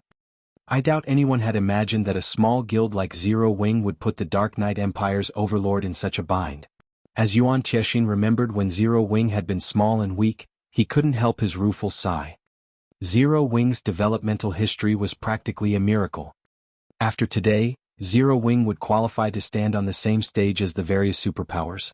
It was no longer an ordinary guild that could so easily be slaughtered. While the secret pavilion prepared to garrison in Stone Forest Town, Unyielding Soul and Crimson Emperor's headquarters in the Dark Knight Empire were in an uproar. How did Zero Wing do it? Both super first-rate guilds' upper echelons were overwhelmed with shock and curiosity when they learned of Stone Forest Town's new location in the bottomless abyss. None of them had ever thought that Zero Wing would be so capable. Heart, I want you and Lingsha to visit Zero Wing's headquarters in White River City. Tell them that Unyielding Soul would like to deepen our relationship. Isn't Zero Wing trying to break into the Dark Knight Empire's market? We can offer them some of our central shops in the Empire if they're willing to let us build a temporary residence in Stone Forest Town. Unyielding Soul's guild leader, Silent Soul, commanded after giving the matter some thought. You two have full authority to negotiate those shops' management and sales. When the guild upper echelons in the meeting room heard Silent Soul's decision, they stared at him with dropped jaws. They hadn't thought that their guild leader would willingly grant Unyielding Heart and Mu Lingsha so much authority. Financial strength was the most important aspect when running a guild as large as Unyielding Soul. The profits from the guild's shops were particularly crucial.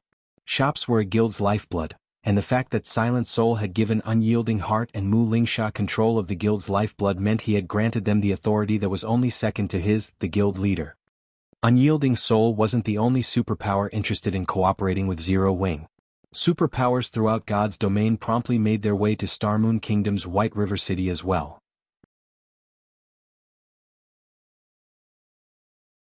Chapter 2146, General Trend. Ancient Undead Country, Psychedelic Forest. How can this be? Utter shock assaulted Bright Dawn as he read the latest report on Zero Wing. It had only been a few hours since his encounter with Black Flame, yet in that time, the swordsman had relocated Stone Forest Town into the bottomless abyss? No matter how he looked at it, the situation felt like a dream. Not even Starlink dared to delve too deeply into the bottomless abyss, but Black Flame had established a town within the regional dungeon in a matter of hours. Starlink had invested an astronomical amount of manpower and resources to secure a fortress in the ancient Undead country, but none of its effort could even compare to Black Flame's alone.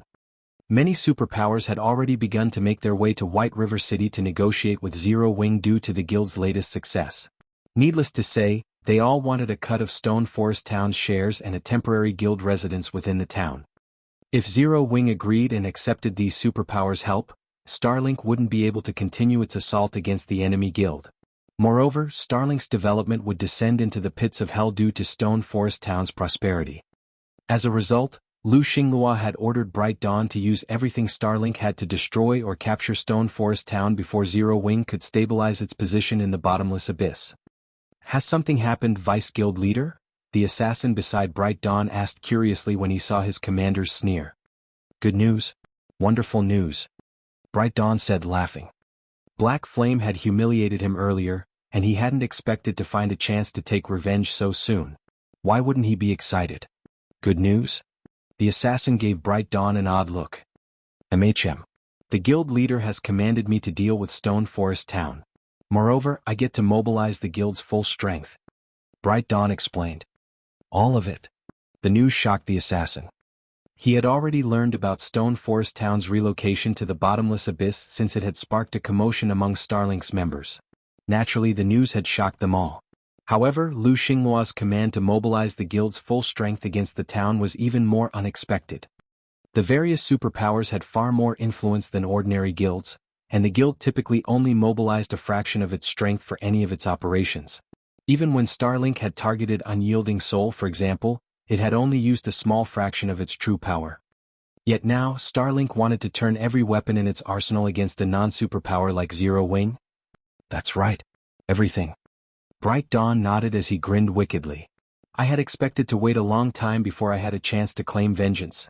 I hadn't expected that I'd get to move against that bastard so soon. Hopefully, Black Flame doesn't run from me too quickly. Dealing with an established town was normally even a headache for superpowers like Starlink. But if Starlink employed the guild's full power, taking down a guild town would be a piece of cake. Not even advanced towns would pose much of a challenge. Furthermore, Stone Forest Town had just completed its transfer. Its defenses weren't as strong as usual since hardly any players currently occupied the town. Although not a lot of players could traverse the Bottomless Abyss's complex terrain at once, destroying or capturing a town didn't require a full army. A sufficient number of peak experts and powerful tools would be enough to complete the task. Notify the fortress and have them deliver this list of items. I also want you to summon our old monsters and all of the peak experts in the fortress. Bright Dawn commanded. The assassin's eyes glowed as he began to contact the necessary personnel. Although Bright Dawn was responsible for handling the guild's affairs in the ancient undead country, the peak experts and old monsters in the fortress weren't under his control, not to mention the tools within the fortress. Every one of those tools would be a strategic missile on an open battlefield. They simply shouldn't be used unless absolutely necessary. Meanwhile, a team of 100+ players used the undead forest trees as cover while they observed Stone Forest Town. Boss, you really are impressive. Sparing and following the Purple Shadow Adventurer team actually led us to Zero Wing's Stone Forest Town. A level 68, blue-clad assassin congratulated as he watched Purple Shadow's members enter the town. Zero Wing has certainly proven capable transferring a guild town here. Not even our Sky Dragon House could accomplish such a feat, a man in crimson armor commented as he stared at the town in admiration. If Surephone were present, he'd likely be shocked to hear the conversation between these two players. Sky Dragon House was one of the Fire Dragon Empire's 3 overlords and a veteran super guild. It was far stronger than ordinary super first-rate guilds. Even the up-and-coming Starlink would have to bow its head before Sky Dragon House. At its peak in Shurfeng's previous life, Sky Dragon House had even been known as one of God's Domain's top 10 guilds. The virtual gaming world wasn't the same as it had been in the past.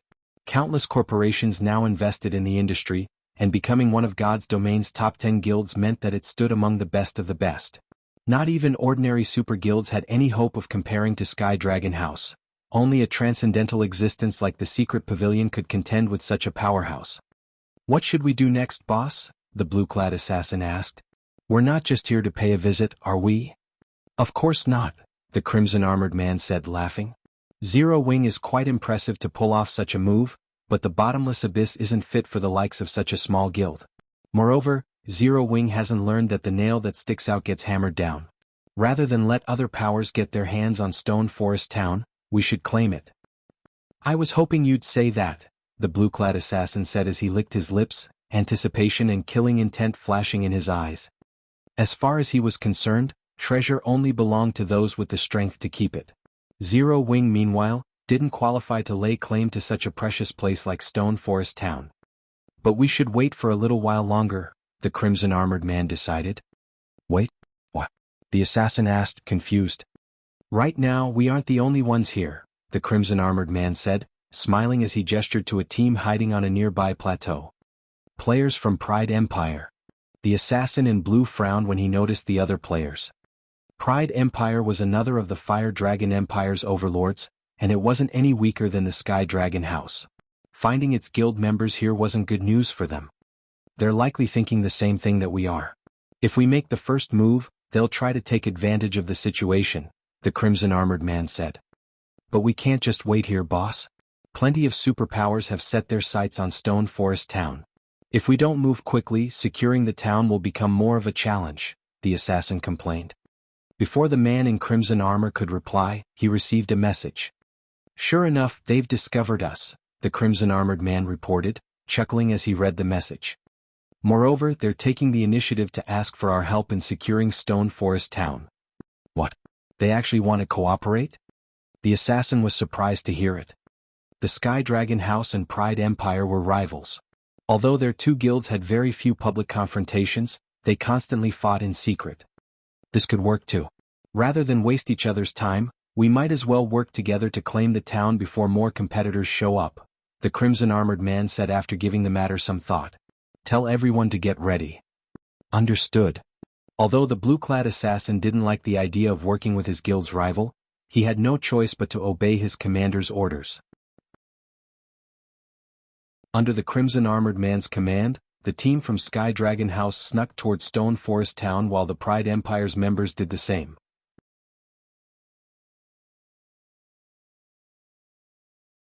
Chapter 2147, Stone Forest Town Promoted. When the Purple Shadow team followed Shifeng into Stone Forest Town and saw the large number of level 70+ monsters wandering outside of its walls, they were flabbergasted. Experts like Late Autumn and Colorful Fruit were especially stunned since they knew far more than the adventurer team's ordinary members. They recognized how amazing it was to establish a guild town in the bottomless abyss. With this advantage, Zero Wing would likely become the leading force in the God Mode regional dungeon. As they entered the town, the mana density within surprised them further. It was simply unprecedented. Moreover, Stone Forest Town's mana wasn't nearly as chaotic as it was in the rest of the bottomless abyss. Not only did the mana soothe their spirits, but it also made them feel far more agile. They felt that they could easily exhibit even greater combat power than outside of the regional dungeon. If they could train their combat techniques, skills, and spells here, their efforts would yield far better results than normal. Weapons and equipment might be very important, but these external factors weren't nearly as integral to expert players as internal strength. Commander, the mana in this town has sharpened my senses by at least 10%. If we could train here, out-adventurer team's overall strength could reach a whole new level in less than a month. Colorful Fruit exclaimed. Generally, high mana density only allowed players to clear their minds and remain calm under pressure, but once it was dense enough, it could sharpen players' senses as well, although not by much. The fact that Stone Forest Town's mana was so dense that players' 5 senses were 10% more acute than normal was astonishing. Naturally, sharpened senses would be a massive help to players. Not only would players be able to detect their flaws more easily, but players would also be able to notice more than they usually did. To put it simply, players could improve their combat standards far more quickly if they had more acute senses while training. A 10% difference was on par with the difference players experienced when they rose from Tier 1 to Tier 2. I know, Late Autumn replied, smiling bitterly at Colorful Fruit. This place is wonderful, but it also belongs to Zero Wing. A town can only hold so many people, and Zero Wing will prioritize its own members. After all, strength is necessary in God's domain. Outsiders will have to pay a high price if they want to train here. With our adventurer team's current strength, I'm afraid that. Late Autumn quickly realized this town's value. Of all the towns and cities he had seen before, Stone Forest Town was undoubtedly the best place for training. If his adventurer team could train here long-term, he was confident that Purple Shadow would become the Dark Knight Empire's #1 adventurer team. However, enjoying such benefits without paying a steep price would be impossible for non-guild members like them. They were only allowed in Stone Forest Town now because they had accepted Shifeng's commission. Late Autumn doubted that he had the qualifications or connections necessary to negotiate garrisoning his adventurer team in Stone Forest Town long-term. Colorful Fruit, more or less, understood what her commander was trying to say. They had only met WDT Shifeng by chance, and the swordsman was the only reason that their adventurer team had avoided annihilation. They'd be delusional to think that they could train in a paradise like Stone Forest Town. Stone Forest Town's relocation has just completed, so many of the town's facilities are temporarily unavailable. For now, it's only a resting area for players. Once the town's facilities have been readjusted, you're welcome to return at any time, Shifeng said, chuckling. He had a pretty good idea of what Purple Shadow's members had been thinking when he saw their crestfallen expressions. You don't have to do that for us, Guild Leader Black Flame. Our adventurer team hasn't done anything to help Zero Wing after all. I'm sure your guild members will complain if you let us occupy Zero Wing's resources for nothing. Late Autumn hurriedly rejected the offer. Late Autumn recognized that Shifeng's offer came with good intentions, but that was precisely the reason that he couldn't accept it. I think you've misunderstood. I intended to open Stone Forest Town to the public since the beginning. As long as you're not Zero Wing's enemy, you'll be welcome in the town. Naturally, you will be allowed to train here as long as you become members of Zero Wing's battle arena, Shifeng explained. If he reserved Stone Forest Town for Zero Wing's members, he'd certainly see desirable results. However, doing so would be shallow.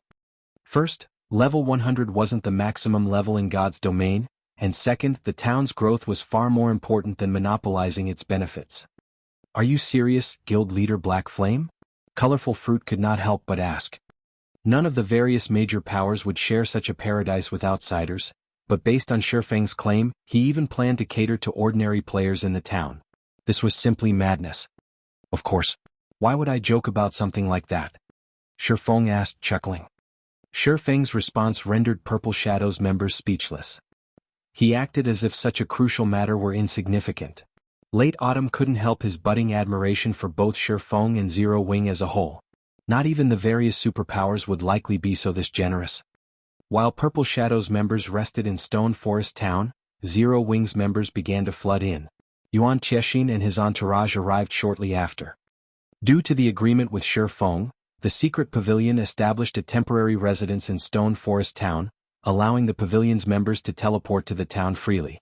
However, it was only temporary. After multiple system updates, the main god system had placed many restrictions on temporary residences. One of these restrictions limited the number of players that could teleport to the temporary residence each day. Permanent residences, on the other hand, didn't have such a limit. Hence, before the secret pavilion's members flooded into Stone Forest Town and reached the daily transfer limit, Yuan Tiexin led a 100-man expert team, which the secret pavilion had prepared earlier, to the town. Uncle Yuan, we've just received a message from the guild leader. It seems Starlink has made its move. Sky Dragon House and Pride Empire are here as well, and more superpowers are quickly approaching. By the looks of it, they all plan to capture Stone Forest Town before Zero Wing can stabilize its position, Purple Jade reported, frowning as she read the message. Clearly, Starlink was serious about taking the town this time and had armed its forces with the items it had stored in its fortress in the ancient Undead country. To make matters worse, 2 super guilds and a handful of superpowers had designs on the town as well. This was bad news for both Zero Wing and the secret pavilion. It seems that none of them can just sit by and watch, Yuan Tiexin chuckled as he caressed his beard. That's enough, old Yuan. The guild leader didn't send you here for a casual chat. Zero Wing can't protect Stone Forest Town with how valuable it has become. We'll have to contribute the most to its defense. Notify Black Flame and inform him that we'll have to renegotiate Stone Forest Town's shares, a white-haired old man reprimanded Yuan. I understand, but I believe it's too soon to discuss that with Zero Wing. We should wait and let Zero Wing realize its predicament. Then I'll have an advantage in the negotiations, Yuan Tiexin said, sighing as he gazed at the distant Zero Wing residence. Although he didn't want to take advantage of the guild, this was the cruel reality of God's domain. Without sufficient strength, one would lose any valuable treasure they obtained to a stronger force. The fact that Shifeng had accomplished this feat was impressive, but Zero Wing had no place in the struggle that would follow. Not long after the secret pavilion's members arrived in Stone Forest Town, Shifeng reached the first underground floor, and the most important location in Zero Wing's residence. Walking down a dark hall and seeing Zero Wing's flag flutter in its center, Shifeng retrieved the Gold Town promotion order and merged it with the massive magic array on the ground. System: Gold Town promotion order detected.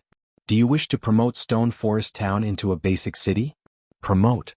Shifeng selected the option without hesitation.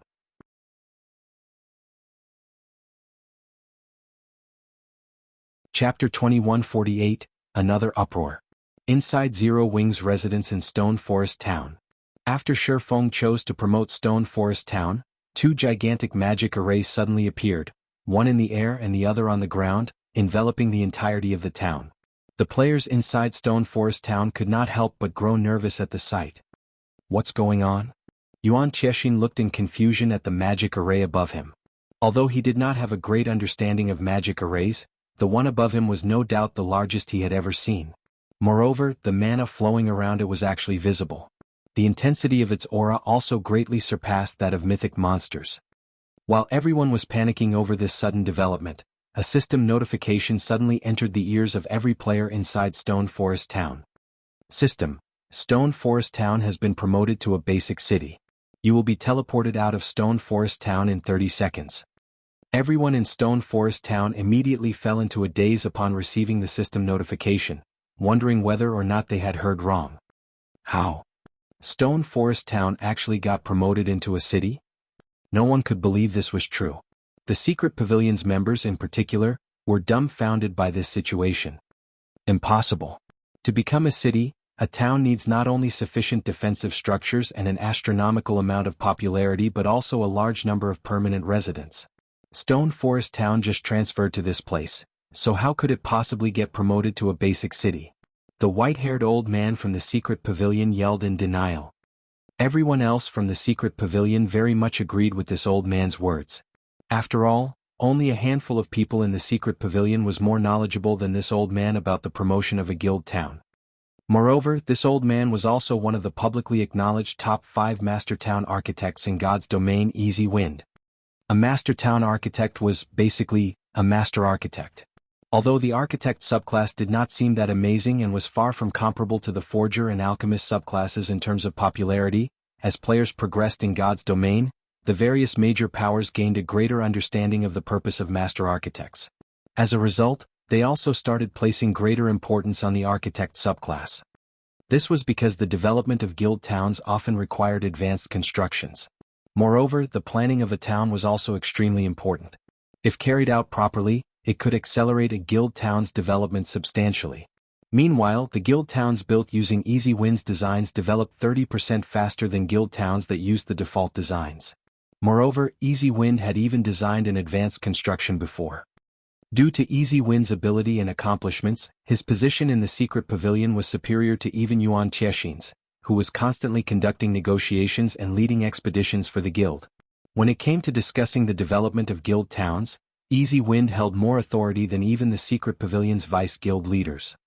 In fact, the main reason why the secret pavilion had dispatched Easy Wind to Stone Forest Town was to help the town develop much more efficiently and become a guild city a little sooner. Now, however, it was obvious that Easy Wind had just wasted a trip in visiting Stone Forest Town. Before everyone could react to the system notification, they were already outside Stone Forest Town. Meanwhile, after snapping out of their daze, Zero Wing's members promptly burst out in enthusiastic acclamation. The second city? Our guild has a second city. Even super guilds don't have a guild city established in a neutral map right now. At this point, God's domain still didn't have that many guild cities. Moreover, practically all of these guild cities were owned by top-ranking superpowers. Now, however, Zero Wing actually possessed 2 guild cities. More importantly, Zero Wing's second city was established in the Bottomless Abyss, a God mode regional dungeon. Zero Wing could earn a fortune just by collecting entry fees in Stone Forest Town. After all, a guild city had much more space than a guild town. Let alone accommodating 1 million players, even accommodating 5 million players wouldn't be a problem. Previously, everyone from Zero Wing was still worried about whether Stone Forest Town could accommodate all the guild members who wished to grind in the Bottomless Abyss. Now, however, that no longer seemed to be a problem. Meanwhile, outside the forest, some distance away from Stone Forest Town, the members of Sky Dragon House and Pride Empire automatically halted their advance when they saw the 2 gigantic magic arrays enveloping Stone Forest Town and a large number of players suddenly materializing outside the town. Old Xing, any information on your side? So many people actually got teleported out of the town. Is Stone Forest Town off limits to players? A tall, middle-aged man with short hair from Pride Empire's team asked as he looked at the crimson-armored man standing beside him. How would I know? Not to mention, since when is Pride Empire's information network slower than Sky Dragon House's? The crimson-armored man replied, rolling his eyes at the short-haired man dressed in exquisite mage robes. If the upper echelons of the Fire Dragon Empire's various large guilds were here, they would most likely be stupefied. After all, Pride Empire's Ghost Mage, Zhan Baiya, and Sky Dragon House's Meteor Hammer, Xing Wuji, were actually working together. If news of this matter spread, it would definitely shock the entire Fire Dragon Empire. Ghost Mage and Falling Meteor were both capable generals of their respective guilds. Their positions were not the slightest bit inferior to vice guild leaders in their respective guilds. They were also monstrous existences in terms of strength. If these 2 monsters cooperated, even superpowers would have to be extremely careful of them. Meanwhile, shortly after their exchange, both of them received a message at the same time. After they read their respective messages, both of them had a very startled expression on their faces. What kind of background does Zero Wing possess? It actually managed to promote Stone Forest Town into a basic city. Jean Baya could not help but gaze at the distant Stone Forest Town in puzzlement. According to the information that Pride Empire acquired, Stone Forest Town had definitely been promoted into a basic city. Pride Empire had a guild city of its own, so it knew just how difficult promoting a guild town to a guild city was. Pride Empire had mobilized all its resources in order to attain its guild city. Yet now, Zero Wing had actually succeeded in promoting Stone Forest Town into a guild city. Old Jean, what is your side plan to do? Sheng Wuji asked after he finished reading his own message. They gave me only 4 words, Jean Baya replied. No matter the cost. Mine said roughly the same thing too, Sheng Wuji said, a bitter smile on his face. However, a basic city is different from an advanced town. The difficulty of capturing Stone Forest Town is many times greater than before. Only powers that owned a guild city would understand just how formidable it was. It was not only a gigantic ATM but also an impenetrable fortress. Just the city's built-in defensive magic array was already enough to render current players utterly powerless, not to mention the large number of high-tiered NPC soldiers inside the city. Fortunately, promoting a town did not grant a protection period. A newly promoted city could be snatched away as soon as its promotion process ended. Since that is the case, let's start moving fast. Otherwise, once the Secret Pavilion's members arrive, we'll have a much more difficult time capturing the newly promoted Stone Forest City. Jean Baya suggested after hearing that Sky Dragon House harbored the same intentions as Pride Empire. Alright. News of Stone Forest Town's promotion should have spread already. Delaying any longer will give those several superpowers time to get here, Sheng Wuji said, nodding as he shifted his gaze to the Zero Wing members crowded outside Stone Forest Town. He then turned back to look at his team and said, Everyone split up and move in parties. We have to end the battle as quickly as possible. At this point, Zero Wing was no longer their main enemy but the superpowers that were currently en route. What they needed to do now was take care of Zero Wing expeditiously before those superpowers arrived. After obeying Sheng Wuji's order, Sky Dragon House's and Pride Emperor's members immediately charged towards Stone Forest Town.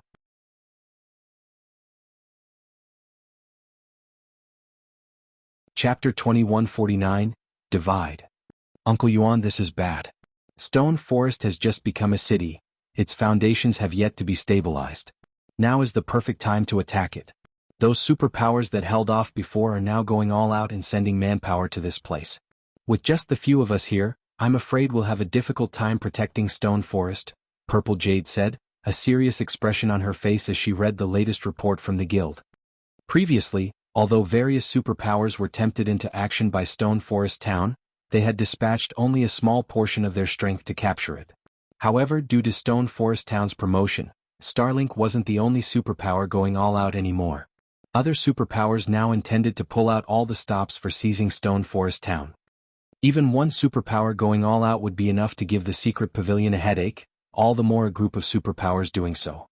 It might be fine if the upcoming battle took place in the outside world, however they were inside the bottomless abyss. Dispatching ordinary experts here would be utterly meaningless. They would just become liabilities.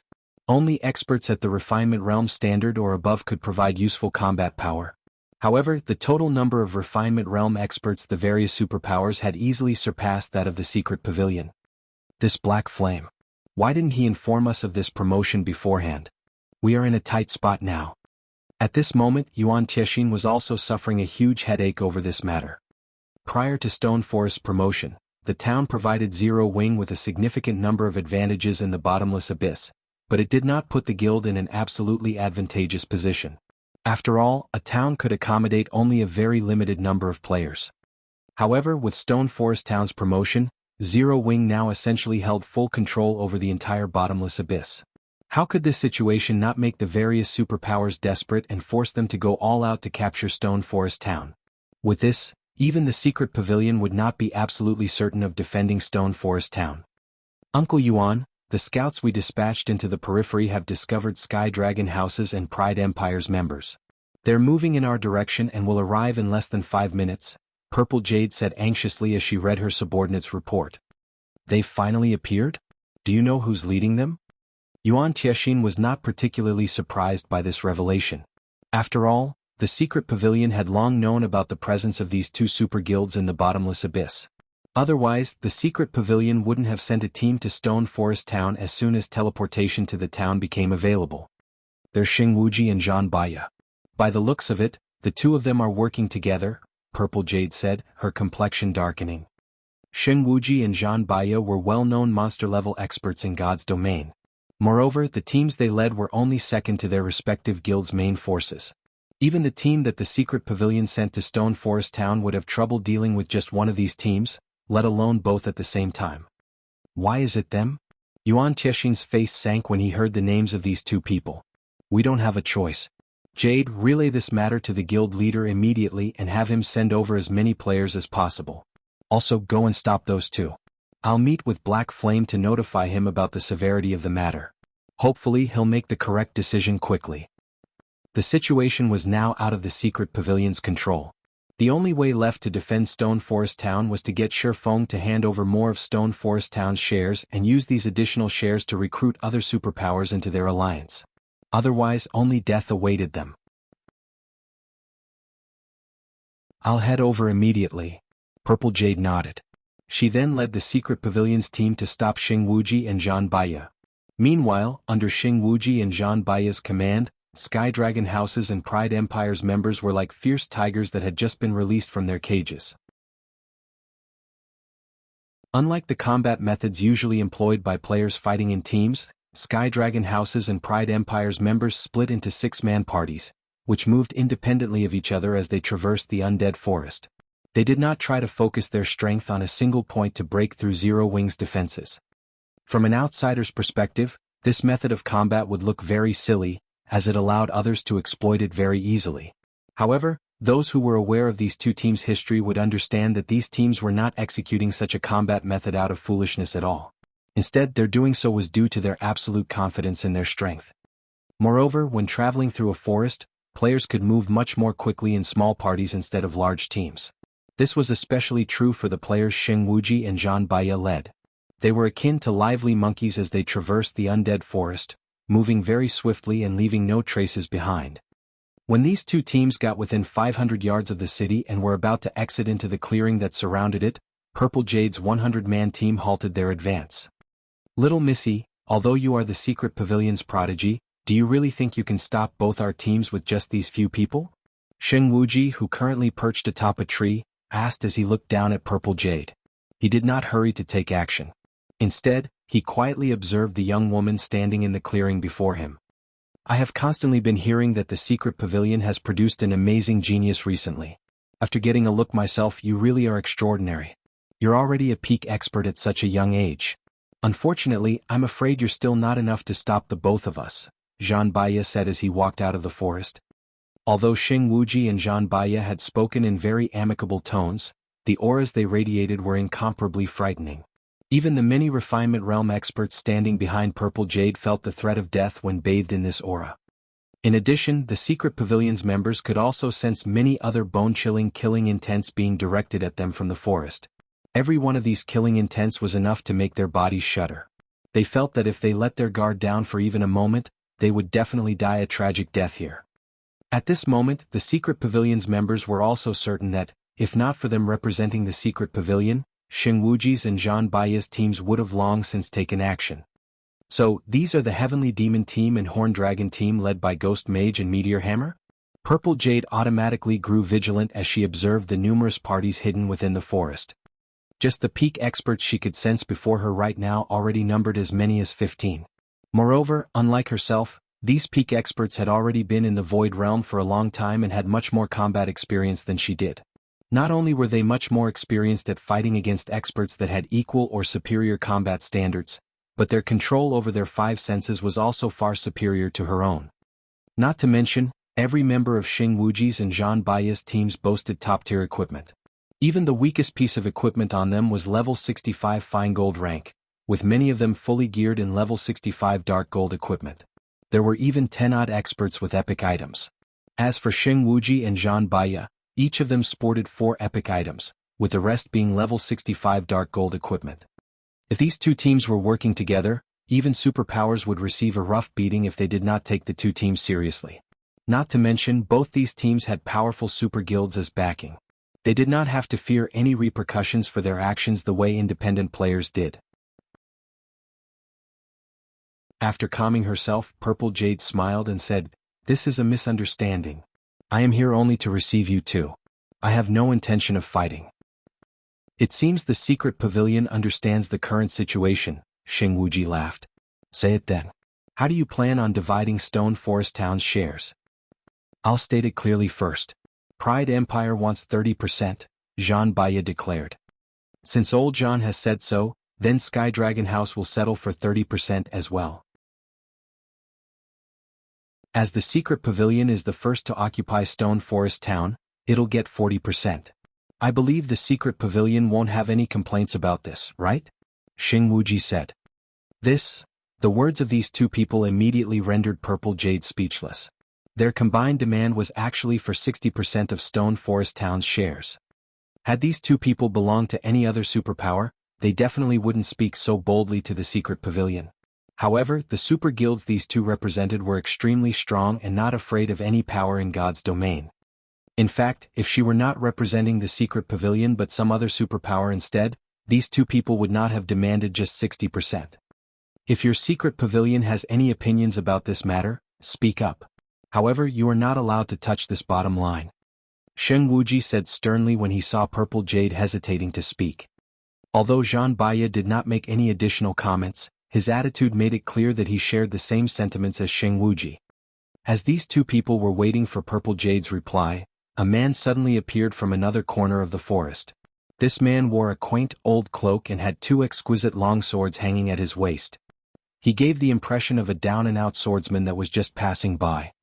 "Since you two want Stone Forest Town shares, aren't you going to ask Zero Wing whether this is fine or not?"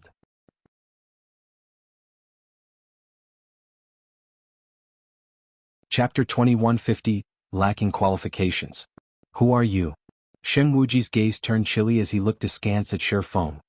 As soon as Xing Wuji spoke, the Sky Dragon House members hiding within the forest directed their gaze toward Shifeng.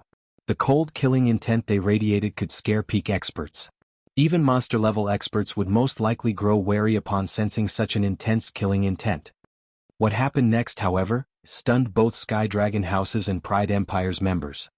Despite having such an intense killing intent directed at himself, Shifeng remained at ease as he strolled toward Xing Wuji, his demeanor making it seem as if the intense killing intent did not exist at all. "Black Flame," Shifeng replied curtly. "So you're the Sword King." Upon hearing Shifeng's answer, Xing Wuji immediately looked at Shifeng squarely. If the person Xing Wuji was dealing with were merely the guild leader of a first-rate guild, he wouldn't have bothered taking a second glance at the other party. After all, in terms of strength or status, he was on another level altogether compared to a first-rate guild's guild leader. However, Shifeng was different. Shifeng was a bona fide apex expert, someone of equal strength.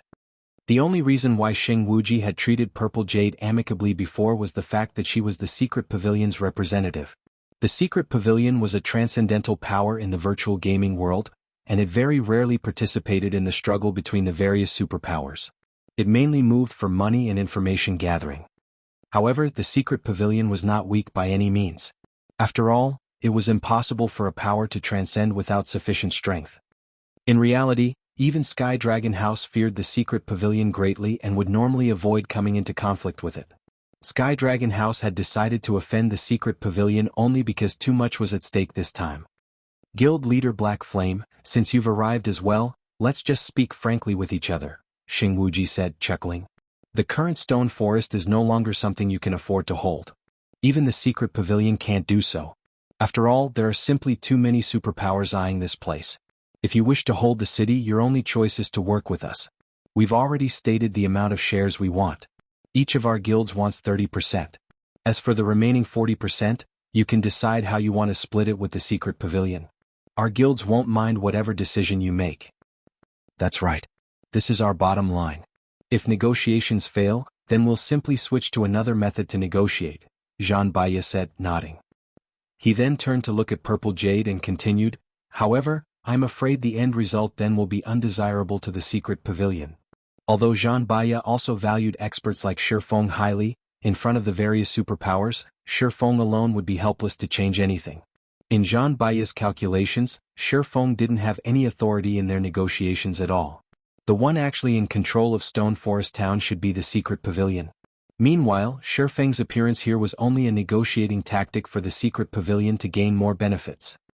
Guild leader Black Flame, both Sky Dragon House and Pride Empire are super guilds with extraordinary strength. Both of them are far stronger than even the current Starlink. Now that the two of them are working together, if it really comes down to a fight, what with the interference of other superpowers, the outcome will not be pleasing, Purple Jade said. She naturally understood what Zhang Baiya was trying to say. Moreover, as a core member of the secret pavilion, she understood very clearly just how frightening these two super guilds were. However, Shifeng didn't know this, so she needed to explain things to him. Otherwise, the consequences would be unimaginable.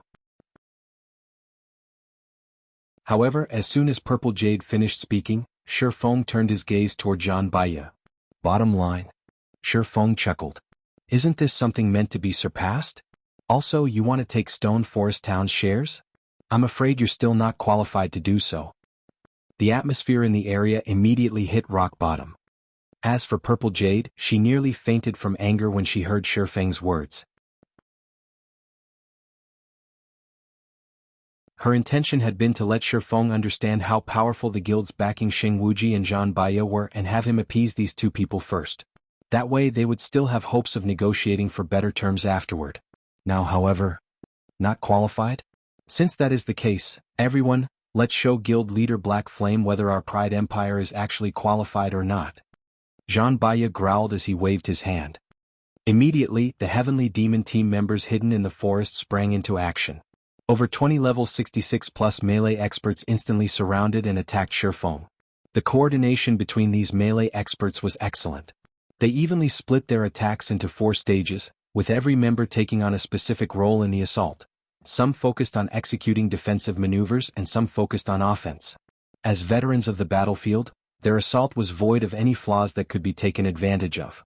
Even domain realm monsters would have a headache dealing with such a coordinated attack. It seems he is still too young.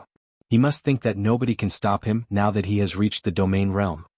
Xing Wuji sent Shifeng a look of pity when he saw the coordinated assault of Pride Empire's experts. It was very rare for someone to reach the domain realm at Shifeng's age. Hence, those that did manage to accomplish such a feat would generally feel that they were invincible existences and would not put anybody in their eyes. Unfortunately, Shifeng's opponent this time was the Heavenly Demon team, a team that constantly fought monster-level experts. It was entirely different from the expert teams of other superpowers, which possessed only extraordinary combat power but not experienced fighting monster-level experts. The Heavenly Demon team's members understood very clearly not only the combat methods of domain realm experts but also how to counter such combat methods. Moreover, the leaders of the 20+ melee players attacking Shifeng right now were 2 peak experts that were just 1 step away from reaching the domain realm. Either of them was more than capable of fighting domain realm experts to a standstill for quite some time.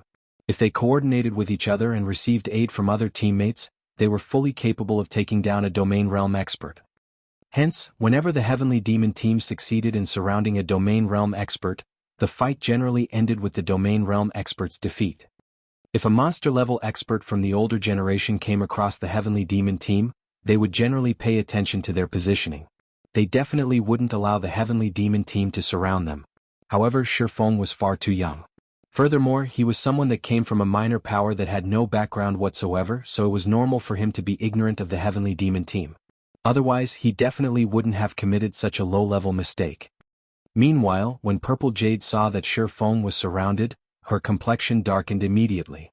She was well aware of just how powerful the Heavenly Demon team was and the team's many exploits. Hence, she knew that Shifeng was now in an extremely precarious situation. She immediately unsheathed her sword, intending to reinforce him. However, before she could even take a step forward, she suddenly felt a chilling gaze directed at herself and the threat of imminent death. Her body froze up on instinct. Little Missy, I advise you not to take action. This matter is between Zero Wing and Pride Empire. If you make a move, then I'll have no choice but to take action as well, Xing Wuji warned slowly. Upon hearing this, Purple Jade had no choice but to abandon her thoughts of helping Shifeng. Judging by Xing Wuji's phrasing, she deduced that there was still ground for recovery. This fight was being regarded as only a small friction between Zero Wing and Pride Empire. If she were to intervene, however, the fight would take on a whole different meaning. The secret pavilion would be standing in direct opposition to both Sky Dragon House and Pride Empire. Then, there would no longer be any room for negotiations. When Purple Jade resumed her previous stance, Xing Wuji nodded in approval before returning his gaze to Shifeng. He was eager to see just how far Shifeng had progressed in the domain realm. At their standard, strength could no longer be determined using common sense. Even if Shifeng was killed multiple times today and lost a significant amount of progress, he could still climb back up to prominence one day. After all, opportunities that ordinary experts found hard to attain could be easily secured by experts of their standard. In fact, domain realm experts could almost certainly secure any opportunities they came across. Their levels and equipment standard wouldn't pose a hindrance to them. This was also the reason why the various superpowers abhorred dealing with domain realm experts. In the next moment, 2 peak experts and 6 flowing water realm experts from the Heavenly Demon team launched a pincer attack on Shifeng. The 2 peak experts focused only on offense while the 6 flowing water realm experts divided their roles between offense and defense. As for the other melee players, they focused on preventing the swordsman from escaping the encirclement. They were all ready to trade blow for blow with him. When dealing with a peak expert that abandoned defense and focused solely on offense, even domain realm experts would have to tread carefully. Normally, the best way for domain realm experts to cope with such suicidal peak experts was to temporarily go on the defensive and wait for an opportunity to deal a fatal blow. Now, however, Shifeng had to deal with not only 2 void realm experts and 3 flowing water realm experts, all of whom were attacking him, hellbent on mutual destruction, but also 3 flowing water realm experts defending these 5 suicidal experts. However, contrary to everyone's expectations, even when the great swords of the 2 peak experts were about to land on Shifeng's body, the swordsman still showed no signs of wanting to dodge the attacks at all. Instead, he brandished his 2 swords and greeted the incoming attacks in battle. 2 bright flashes entered everyone's eyes, followed by 2 loud metallic clangs. In the next moment, both peak experts abruptly went flying over a dozen yards. Their bodies crashed heavily into the ground, their HP bars decreasing by a sizable chunk. The arms of both peak experts also trembled violently as they stiffened up.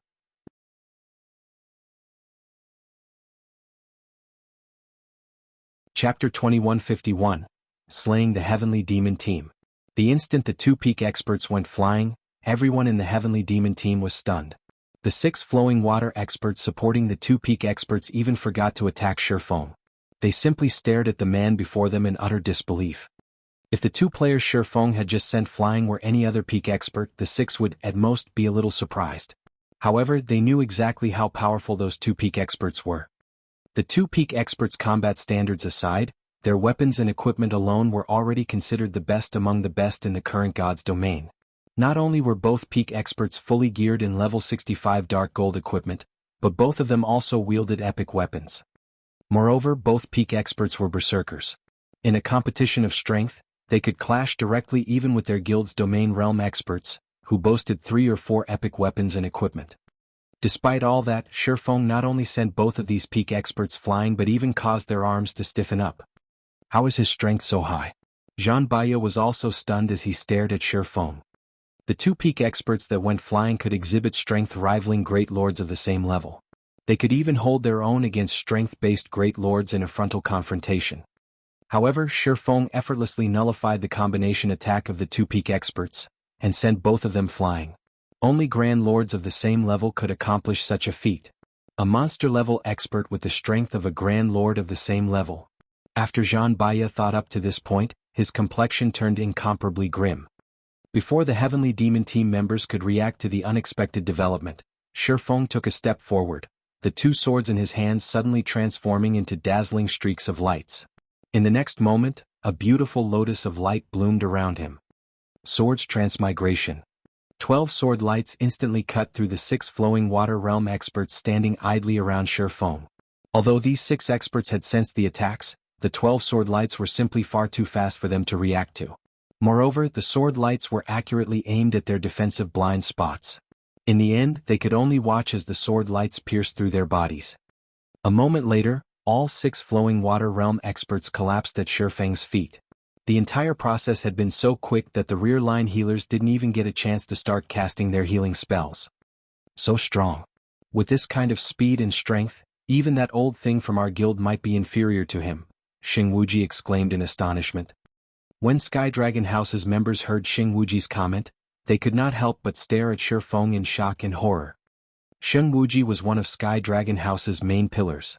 There were only 3 people in the entire guild that Xing Wuji would refer to as an old thing, and they were existences that even their guild leader had to treat with the utmost respect. As for the equipment these 3 people wore, all sorts of guesses were bandied about in the guild. However, the consensus was that each of these 3 people had at least 7 pieces of epic equipment on them. No doubt, they stood at the apex of God's domain in terms of equipment standards. Now, however, Xing Wuji actually said that Shi Feng surpassed one of these 3 people in basic attributes. How could such a thing be possible?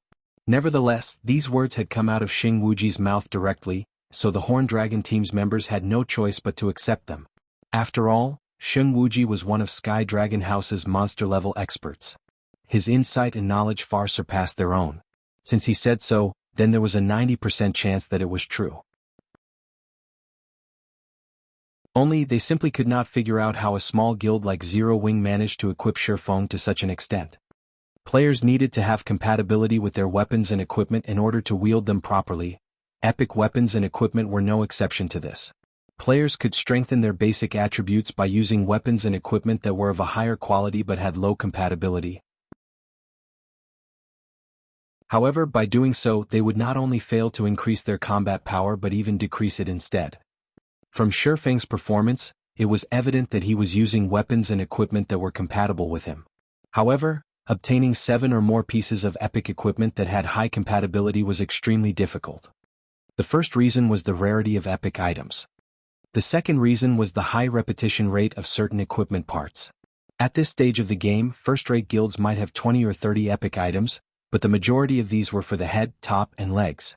Items for other parts of the body, such as capes, belts, and pauldrons, were in the minority. Some first-rate guilds might not even have epic equipment for these parts. Hence, players faced extreme difficulty obtaining 7 or more pieces of epic equipment that were compatible with them. Members of super guilds were no exception. Meanwhile, after Shi Feng killed the 6 flowing water realm experts from the Heavenly Demon team, Zhan Baya no longer dared to take the situation lightly.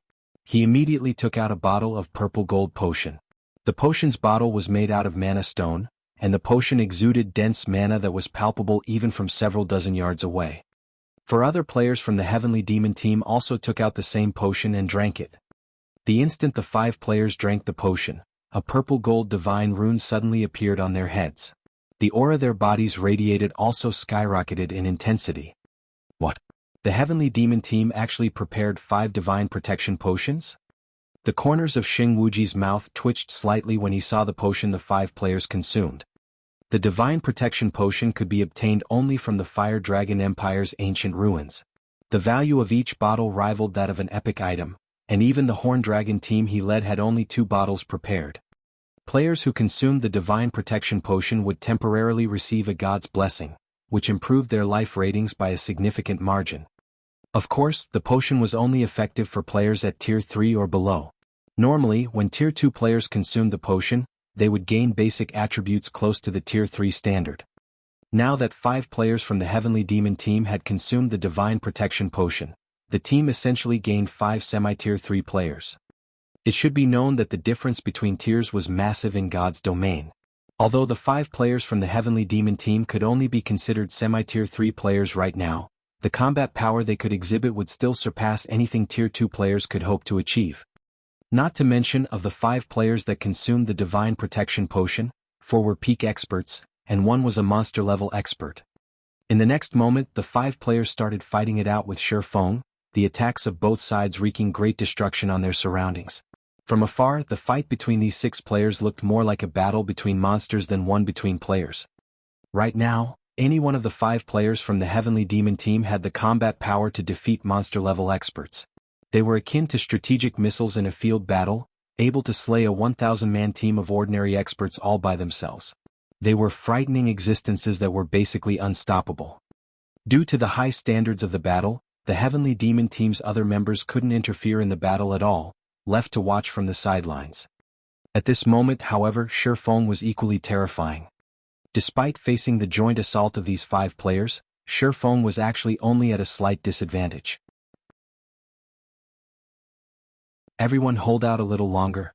This place is the bottomless abyss. The stamina consumption here is several times higher than in the outside world. He won't last very long if he keeps on moving at such a pace. Zhang Baiya said, sneering as he watched Shifeng fervently dodging their attacks. Once his stamina runs out, he'll die. Currently, Shifeng's defense was practically perfect. He consistently deflected all of their attacks, making them feel as if they were pointlessly striking the air. As a result, each attack barely did him any damage. However, Shifeng had been fighting against them at full capacity all this time.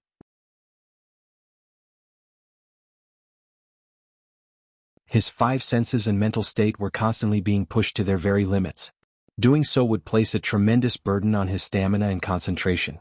What with the greatly increased stamina and concentration consumption in the bottomless abyss, the swordsman wouldn't be able to last very long in this battle. In contrast, the 5 of them received a qualitative improvement to their life ratings after consuming the Divine Protection Potion. Naturally, their stamina and concentration had received improvements as well. Not to mention they were expending far less stamina and concentration than Shifeng. It was only a matter of time before they whittled him to death. Is that so? Looking at the smug expression on Zhang Baiya's face, Shifeng leaped back, pulling away from the heavenly demon team. You want to run? It won't be that easy. When Shifeng retreated, Zhang Baiya immediately commanded, activate the void magic array. Do not let him escape no matter what.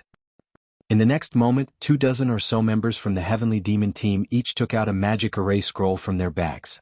They then activated the scrolls, trapping Shifeng inside a magic barrier. Black Flame is finished now. The void magic array not only prevents players from escaping but also suppresses their basic attributes by roughly 20%. Sheng Wuji sighed involuntarily when he saw the void magic array being deployed. However, I'm afraid only a few people in God's domain are capable of forcing the heavenly demon team to go to such lengths. Black Flame can be proud of this battle. The Home Dragon team's members also expressed their agreement with Sheng Wuji's words. The heavenly demon team was Pride Empire's trump card team, only second to the guild's main force. The team had killed plenty of monster-level experts before. However, the experts that had managed to force the heavenly demon team to go all out could be counted on the fingers of one hand. If news of this matter were to spread in the Fire Dragon Empire, it would definitely cause a sensation in the entire empire. As soon as Sheng Wuji finished speaking, Shifeng suddenly stopped moving. He simply watched quietly as Zhang Baiya's group of 5 charged at him. Giving up now that you know you can't get away? Zhang Baiya laughed when he saw that Shifeng had stopped moving. Noisy. Sending a glance at Zhang Baiya, Shifeng activated deep sea meditation and charged forward. Suddenly Shifeng's aura transformed. As if he had become a completely different person from before, his aura now was so violent that even the refinement realm experts spectating from the sidelines felt their breath stifled. Moreover, they also felt pressure due to a difference in life rating. Before Shifeng's life rating, even the life ratings of Zhang Baiya's group of 5 seemed insignificant. How is this possible? When Zhang Baiya felt Shifeng's aura, his gut actually warned him that he was no match for Shifeng. However, just as Zhang Baiya was considering retreating, Shifeng suddenly appeared before him. Tier 2 Taboo Skill Instant Strike. Swords Transmigration. More than 20 sword lights flew from Shifeng's swords, so fast that they were imperceptible by the naked eye. When the sword lights vanished, Zhang Baiya's group of 5 started collapsing to the ground, one after another.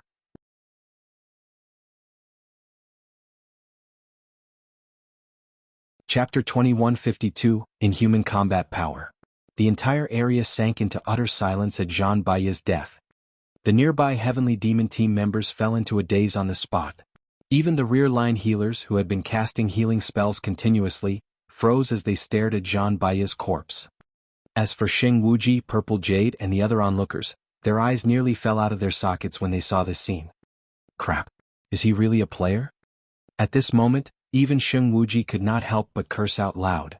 He simply could not wrap his head around this outcome.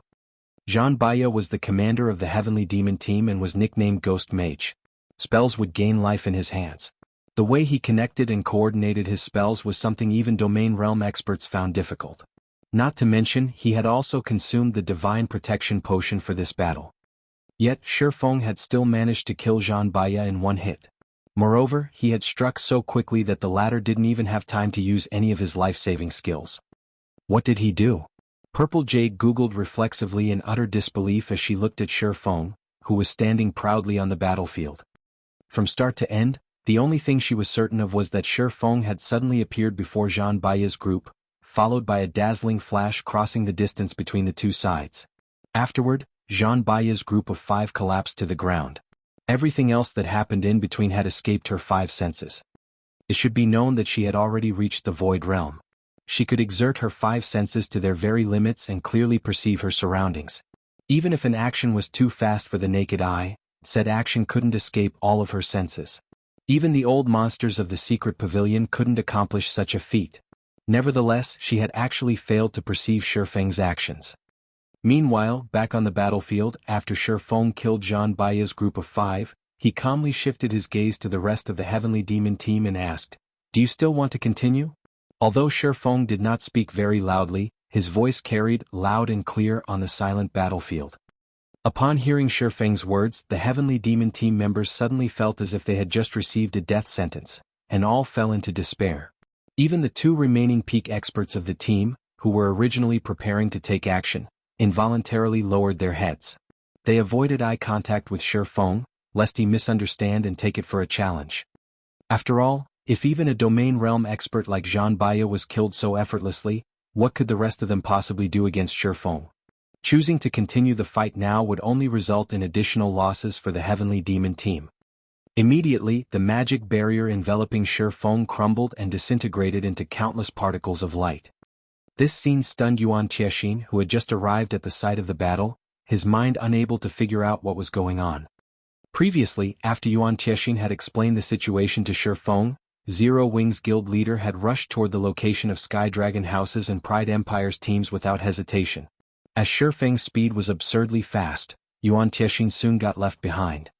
While running toward the battlefield, Yuan Tiexin saw the magic barrier appear and immediately knew that the situation had gone south. Shifeng must have butted heads with the members of the 2 super guilds. Otherwise, a high-level magic barrier wouldn't have been used in such a place. However, only a few seconds after the magic barrier went up, it actually started disintegrating. Even Yuan Tiexin, with his bountiful experience, could not figure out what had just happened. However, when Yuan Tiexin saw Zhang Baiya's corpse lying on the ground and the looks of despair on the Heavenly Demon team members' faces, he became thoroughly stupefied. Who was Zhang Baiya? What was the Heavenly Demon team? These were things that he, as an elder of the secret pavilion, knew very clearly. Every member of the Heavenly Demon team was an expert among experts. They had fought in countless battles and also attained innumerable achievements for Pride Empire. They were all incomparably arrogant people and would be more than willing to fight to the death when faced with a powerful foe. They definitely would not shrink back even the slightest bit. Now, however, no matter how Yuan Tiexin looked at the Heavenly Demon team's members, he could not find any trace of fighting spirit on their faces, their eyes brimming with only fear as they looked at Shifeng. Elder Yuan, the secret pavilion is truly amazing. To think you would have such a trump card hidden. You have my sincere admiration, Xing Wuji said as he approached Yuan Tiexin. With some reluctance he continued, the Horn Dragon team will be giving up on the struggle for Stone Forest Town this time. However, understand that it is only the Horn Dragon team that is giving up. That doesn't mean that Sky Dragon House is giving up as well. When Yuan Tiexin heard Xing Wuji's words, his expression remained impassive. Inwardly, however, his heart was pounding madly. At this moment he could not help but wish he could shout out loud and ask what Shifeng had done. Why would the almighty Home Dragon team choose to yield without even putting up a fight? Before Yuan Tiexin could sort out his emotions, Xing Wuji had already led his team away from the Undead Forest. Xing Wuji did not dare to stay here for even a moment longer and risk his team's annihilation. Only after confirming that the Horn Dragon team and Heavenly Demon team had left the battlefield did Yuan Tiexin ask Purple Jade about what had happened. Without missing a detail, Purple Jade told Yuan Tiexin everything she saw. So, that's the case. If it were up to me, I would most likely have made the same decision as Xing Wuji. Yuan Tiexin revealed a bitter smile as he looked at the direction Xing Wuji and the others had taken. The word shocking was no longer enough to describe the fact that Shi Feng had instantly killed Zhan Baiya, who had consumed the divine protection potion. Although the Heavenly Demon Team's and Horned Dragon Team's members were prideful, they were not idiots. If there were even a strand of hope, they would have definitely chosen to fight to the bitter end. However, against absolute power, the numbers they had here were utterly meaningless. Rather than pointlessly getting themselves killed, it was much better if they gave up quickly and conserved their strength. Thinking up to this point, Yuan Tiexing could not help but turn an incredulous gaze toward Shi Feng. He simply could not bring himself to believe that Shi Feng actually possessed this kind of strength. Shi Feng was far stronger than he was during the auction arena. His growth was ridiculous. However, what Yuan Tiexing did not know was that, in reality, Shi Feng wasn't in a good state at all. Although his current basic attributes were indeed superior to when he had participated in the auction arena, the overall improvement in his combat power was extremely limited. The only reason why he was able to exhibit such great power just now was his combining a taboo skill with a combat technique. As for deep-sea meditation, although the secret law allowed players to tap their latent potential, it took a massive toll on the user's stamina and concentration. Using the secret law in a place like the Bottomless Abyss only served to amplify its flaws. Similarly, combining Swords Transmigration and Instant Strike also placed an enormous demand on his stamina and concentration. When he used all of these things together, his stamina and concentration had drained away like there was no tomorrow. He had expended more than half of his total stamina and concentration to kill Zhan Baiya's group of 5. He wouldn't have been able to use the move a second time. Had the Heavenly Demon Team and Horned Dragon Team chosen to continue fighting, he would have had no choice but to run away. Meanwhile, on the Horned Dragon Team's side, the members of the team currently wore ashen expressions on their faces, their hearts filled with frustration. "Commander, are we really leaving just like that? The guild leader instructed us to secure Stone Forest Town no matter the cost, and even if it isn't possible for us to secure it, we definitely can't let other powers have it," a level 67 ranger asked worriedly as he looked at Xing Wuji. Their guild leader's orders were absolute. If they returned completely unharmed now, they would definitely incur their guild leader's ire. "What are you worried about? The struggle for Stone Forest Town has just begun. Even if we secured the town now, we'd still have to face the full-bore assault of numerous superpowers," Xing Wuji replied, chuckling. "Against that kind of attack, even if our Sky Dragon House worked with Pride Empire, we might not necessarily be able to defend the town successfully. Do you think Black Flame and the Secret Pavilion can accomplish this on their own? The struggle for Stone Forest Town can be considered to have truly begun only when the experts of the various superpowers are all assembled. Our teams are here merely on reconnaissance. If the Secret Pavilion and Black Flame had worked with us, it would have definitely been possible to defend Stone Forest Town. Unfortunately, they chose to go down a dead end." Now that Stone Forest Town had been promoted to a basic city, the number of superpowers vying for it had grown to a point where even the Sky Dragon House found capturing it worrisome. This was also why Sky Dragon House had decided to partner with Pride Empire. Shi Feng was simply immature if he thought he could defend Stone Forest Town with only the Secret Pavilion's help. Meanwhile, shortly after Xing Wuji's team left the Undead Forest, the opaque magic barrier around Stone Forest Town finally disappeared. A new city then appeared before everyone's eyes. Stone Forest Town was now officially Stone Forest City.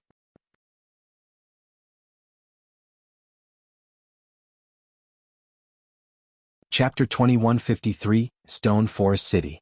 The appearance of Stone Forest City immediately caused an uproar among the players present in the Undead Forest. Stone Forest Town had occupied only a small portion of the area covered by the magic barrier enveloping the center of the Undead Forest. However, Stone Forest City actually occupied nearly half of that area. Although the wall surrounding Stone Forest City was the default, 6-meter-tall wall, it was engraved with divine runes that prevented players from vaulting over it. Unless players breached the wall, they had no choice but to enter the city through the main gate. The defensive capabilities of Stone Forest City were undoubtedly much greater than when it was still a town. Moreover, after getting promoted to a city, the constructions inside Stone Forest had undergone significant transformations, especially Zero Wing's residence. Now, the guild hall sitting inside the residence had transformed into a 60-meter-tall building. It looked like a massive mountain and was visible even from several thousand yards away.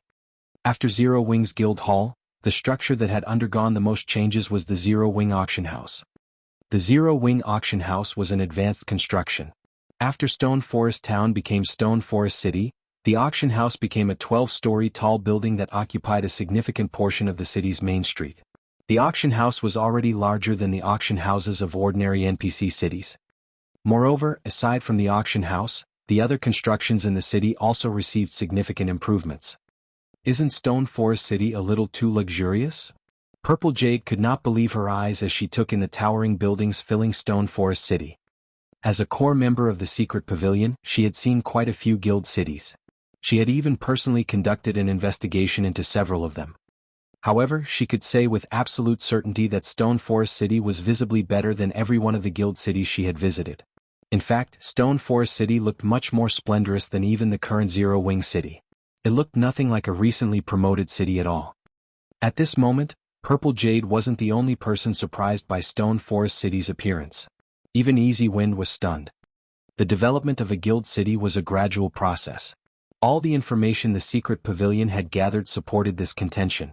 However, Stone Forest City wasn't following the rules at all. Although I don't know what is going on here, the fact that Stone Forest City has already developed to such an extent means that we'll have a much greater hope of defending it. After Yuan Tiexin took a look at the various constructions filling the city, he promptly commanded his subordinates, notify the main headquarters immediately and have them transfer reinforcements through the temporary residence. We need to get Stone Forest City's defenses fully operational before the various superpowers arrive. In God's domain, the more prosperous a guild city was, the more NPC soldiers it could employ. Meanwhile, the constructions within a city played a huge role in determining its prosperity. With how prosperous Stone Forest City was, it should have a much greater advantage than other newly promoted guild cities when it came to recruiting NPC soldiers. There was a huge difference between Tier 1 and Tier 2 NPCs. Tier 2 NPCs in particular would have their combat standards affected by a city's prosperity. The more prosperous the guild city they worked for was, the better their combat standards would become. Take one of the few earliest guild cities that had appeared in God's domain for example. At this point, the Tier 2 NPCs employed by these cities already had combat standards at the late stage of the Trial Tower's 5th floor. Including the advantage and basic attributes that NPCs had over players and their high levels, they could kill Tier 2 experts as if they were toying with ants. The current Stone Forest City might not be comparable to those old guild cities, but the Tier 2 NPC soldiers it hired should be capable of exhibiting combat standards at the 5th floor's early stage or middle stage. If Stone Forest City could employ a large number of such Tier 2 NPC soldiers, these soldiers would be a frightening force. This was also the reason why the various superpowers were so desperate to capture Stone Forest City now. A guild city was at its weakest just after completing its promotion. If they allowed Stone Forest City to reach its peak state, the cost of capturing the city would become several dozens of times higher. However, despite Yuan Tiexin and the others vocally expressing their curiosity about Stone Forest City's prosperous state, Shifeng did not give them an explanation. He simply chuckled and entered the city via the main gate. If he had promoted Stone Forest Town to a basic city through the normal method, it would indeed have ended up like any other newly promoted guild city. At most, the new Stone Forest City would occupy a larger area and have a taller wall. The constructions inside the city would remain mostly the same as before. However, Stone Forest Town was promoted using a Gold Town promotion order. Hence, after the town's promotion, the constructions inside it would be upgraded as well. This could be said to be the hidden benefit of upgrading a town using a promotion order. Meanwhile, after the crowd outside entered Stone Forest City, everyone received another surprise. Zero Wings members in particular, revealed ecstatic expressions on their faces. At the moment, Stone Forest City's magic towers were clearly still inactive. Yet the city's mana density was absurdly high, at least twice as high as Stone Forest Town's when all 3 of its magic towers were activated. It should be known that Stone Forest Town was already treated as a sacred training ground by players, as it was capable of improving players' 5 senses by 10%. Stone Forest City's current mana density, however, was capable of improving players' 5 senses by at least 15%. Although it was only a 5% increase, it could increase a player's training efficiency by at least 20%. After all, the greater a player's 5 senses were, the more useful their 5 senses would be in helping them improve their combat standards. Meanwhile, it was incredibly difficult for players to improve their 5 senses the further up they went. If ordinary players could train here, they might even become 5th floor experts within a month. Purple Jade's breathing quickened when she experienced the atmosphere inside Stone Forest City. Ordinary players might not know how much time and effort it took to become a Trial Tower 5th floor expert, but the Secret Pavilion did. The Secret Pavilion had specifically carried out a detailed analysis of the topic. Normally, a relatively talented player would take 2 or 3 months to reach the Trial Tower's 5th floor from an ordinary player's standard. Needless to say, the average ordinary player would take even longer to accomplish this feat. However, Purple Jade could say with absolute certainty that so long as an ordinary player was willing to put in the effort, they could definitely reach the Trial Tower's 5th floor within a month in Stone Forest City. The reason why superpowers were able to be known as such was not only their humongous capital but also their excellent training systems. They had specialized research teams tasked with studying and formulating methods of improving the strength of players and creating experts rapidly. The various superpowers expended an unimaginable amount of time and resources in order to improve the strength of their members quickly. However, most of their investments ended up in disappointment. Moreover, the training methods they did manage to create could be enjoyed by only a small number of players. Stone Forest City, on the other hand, was a natural training ground. Not only did it yield amazing training effects, but it could also accommodate an astronomical number of players. When Purple Jade imagined a guild filled entirely with expert players, her scalp tingled. Most likely, even current super guilds would shudder at this thought. However, during the time the Secret Pavilions and Zero Wings members were enthusing over the benefits Stone Forest City offered, a huge commotion suddenly erupted in the forest a short distance from the city. The noise was so loud that it echoed throughout the Undead forest. In the next moment, 3 gigantic, flaming elephants walked out of the forest, each one up to 100 meters tall. Their flaming bodies also caused the space around them to blur. Flaming War Elephant, Elemental Creature, Mythic, Level 85. HP 450, 000, 000/450, 000, 000. Aside from these 3 flaming war elephants, several thousand players also emerged from the forest. Every one of these players was level 66 or above, and they all wore Starlink's guild emblem. Meanwhile, leading these players was none other than Bright Dawn, one of Starlink's vice guild leaders. You're tuning in to the Han Lee's Wuxia Adventures YouTube channel. We're so grateful for your support, and don't forget to subscribe to join us on this incredible journey through captivating stories. Your generosity through donations truly makes a world of difference, as it's the primary source of revenue that allows me to expand and enhance this channel for you.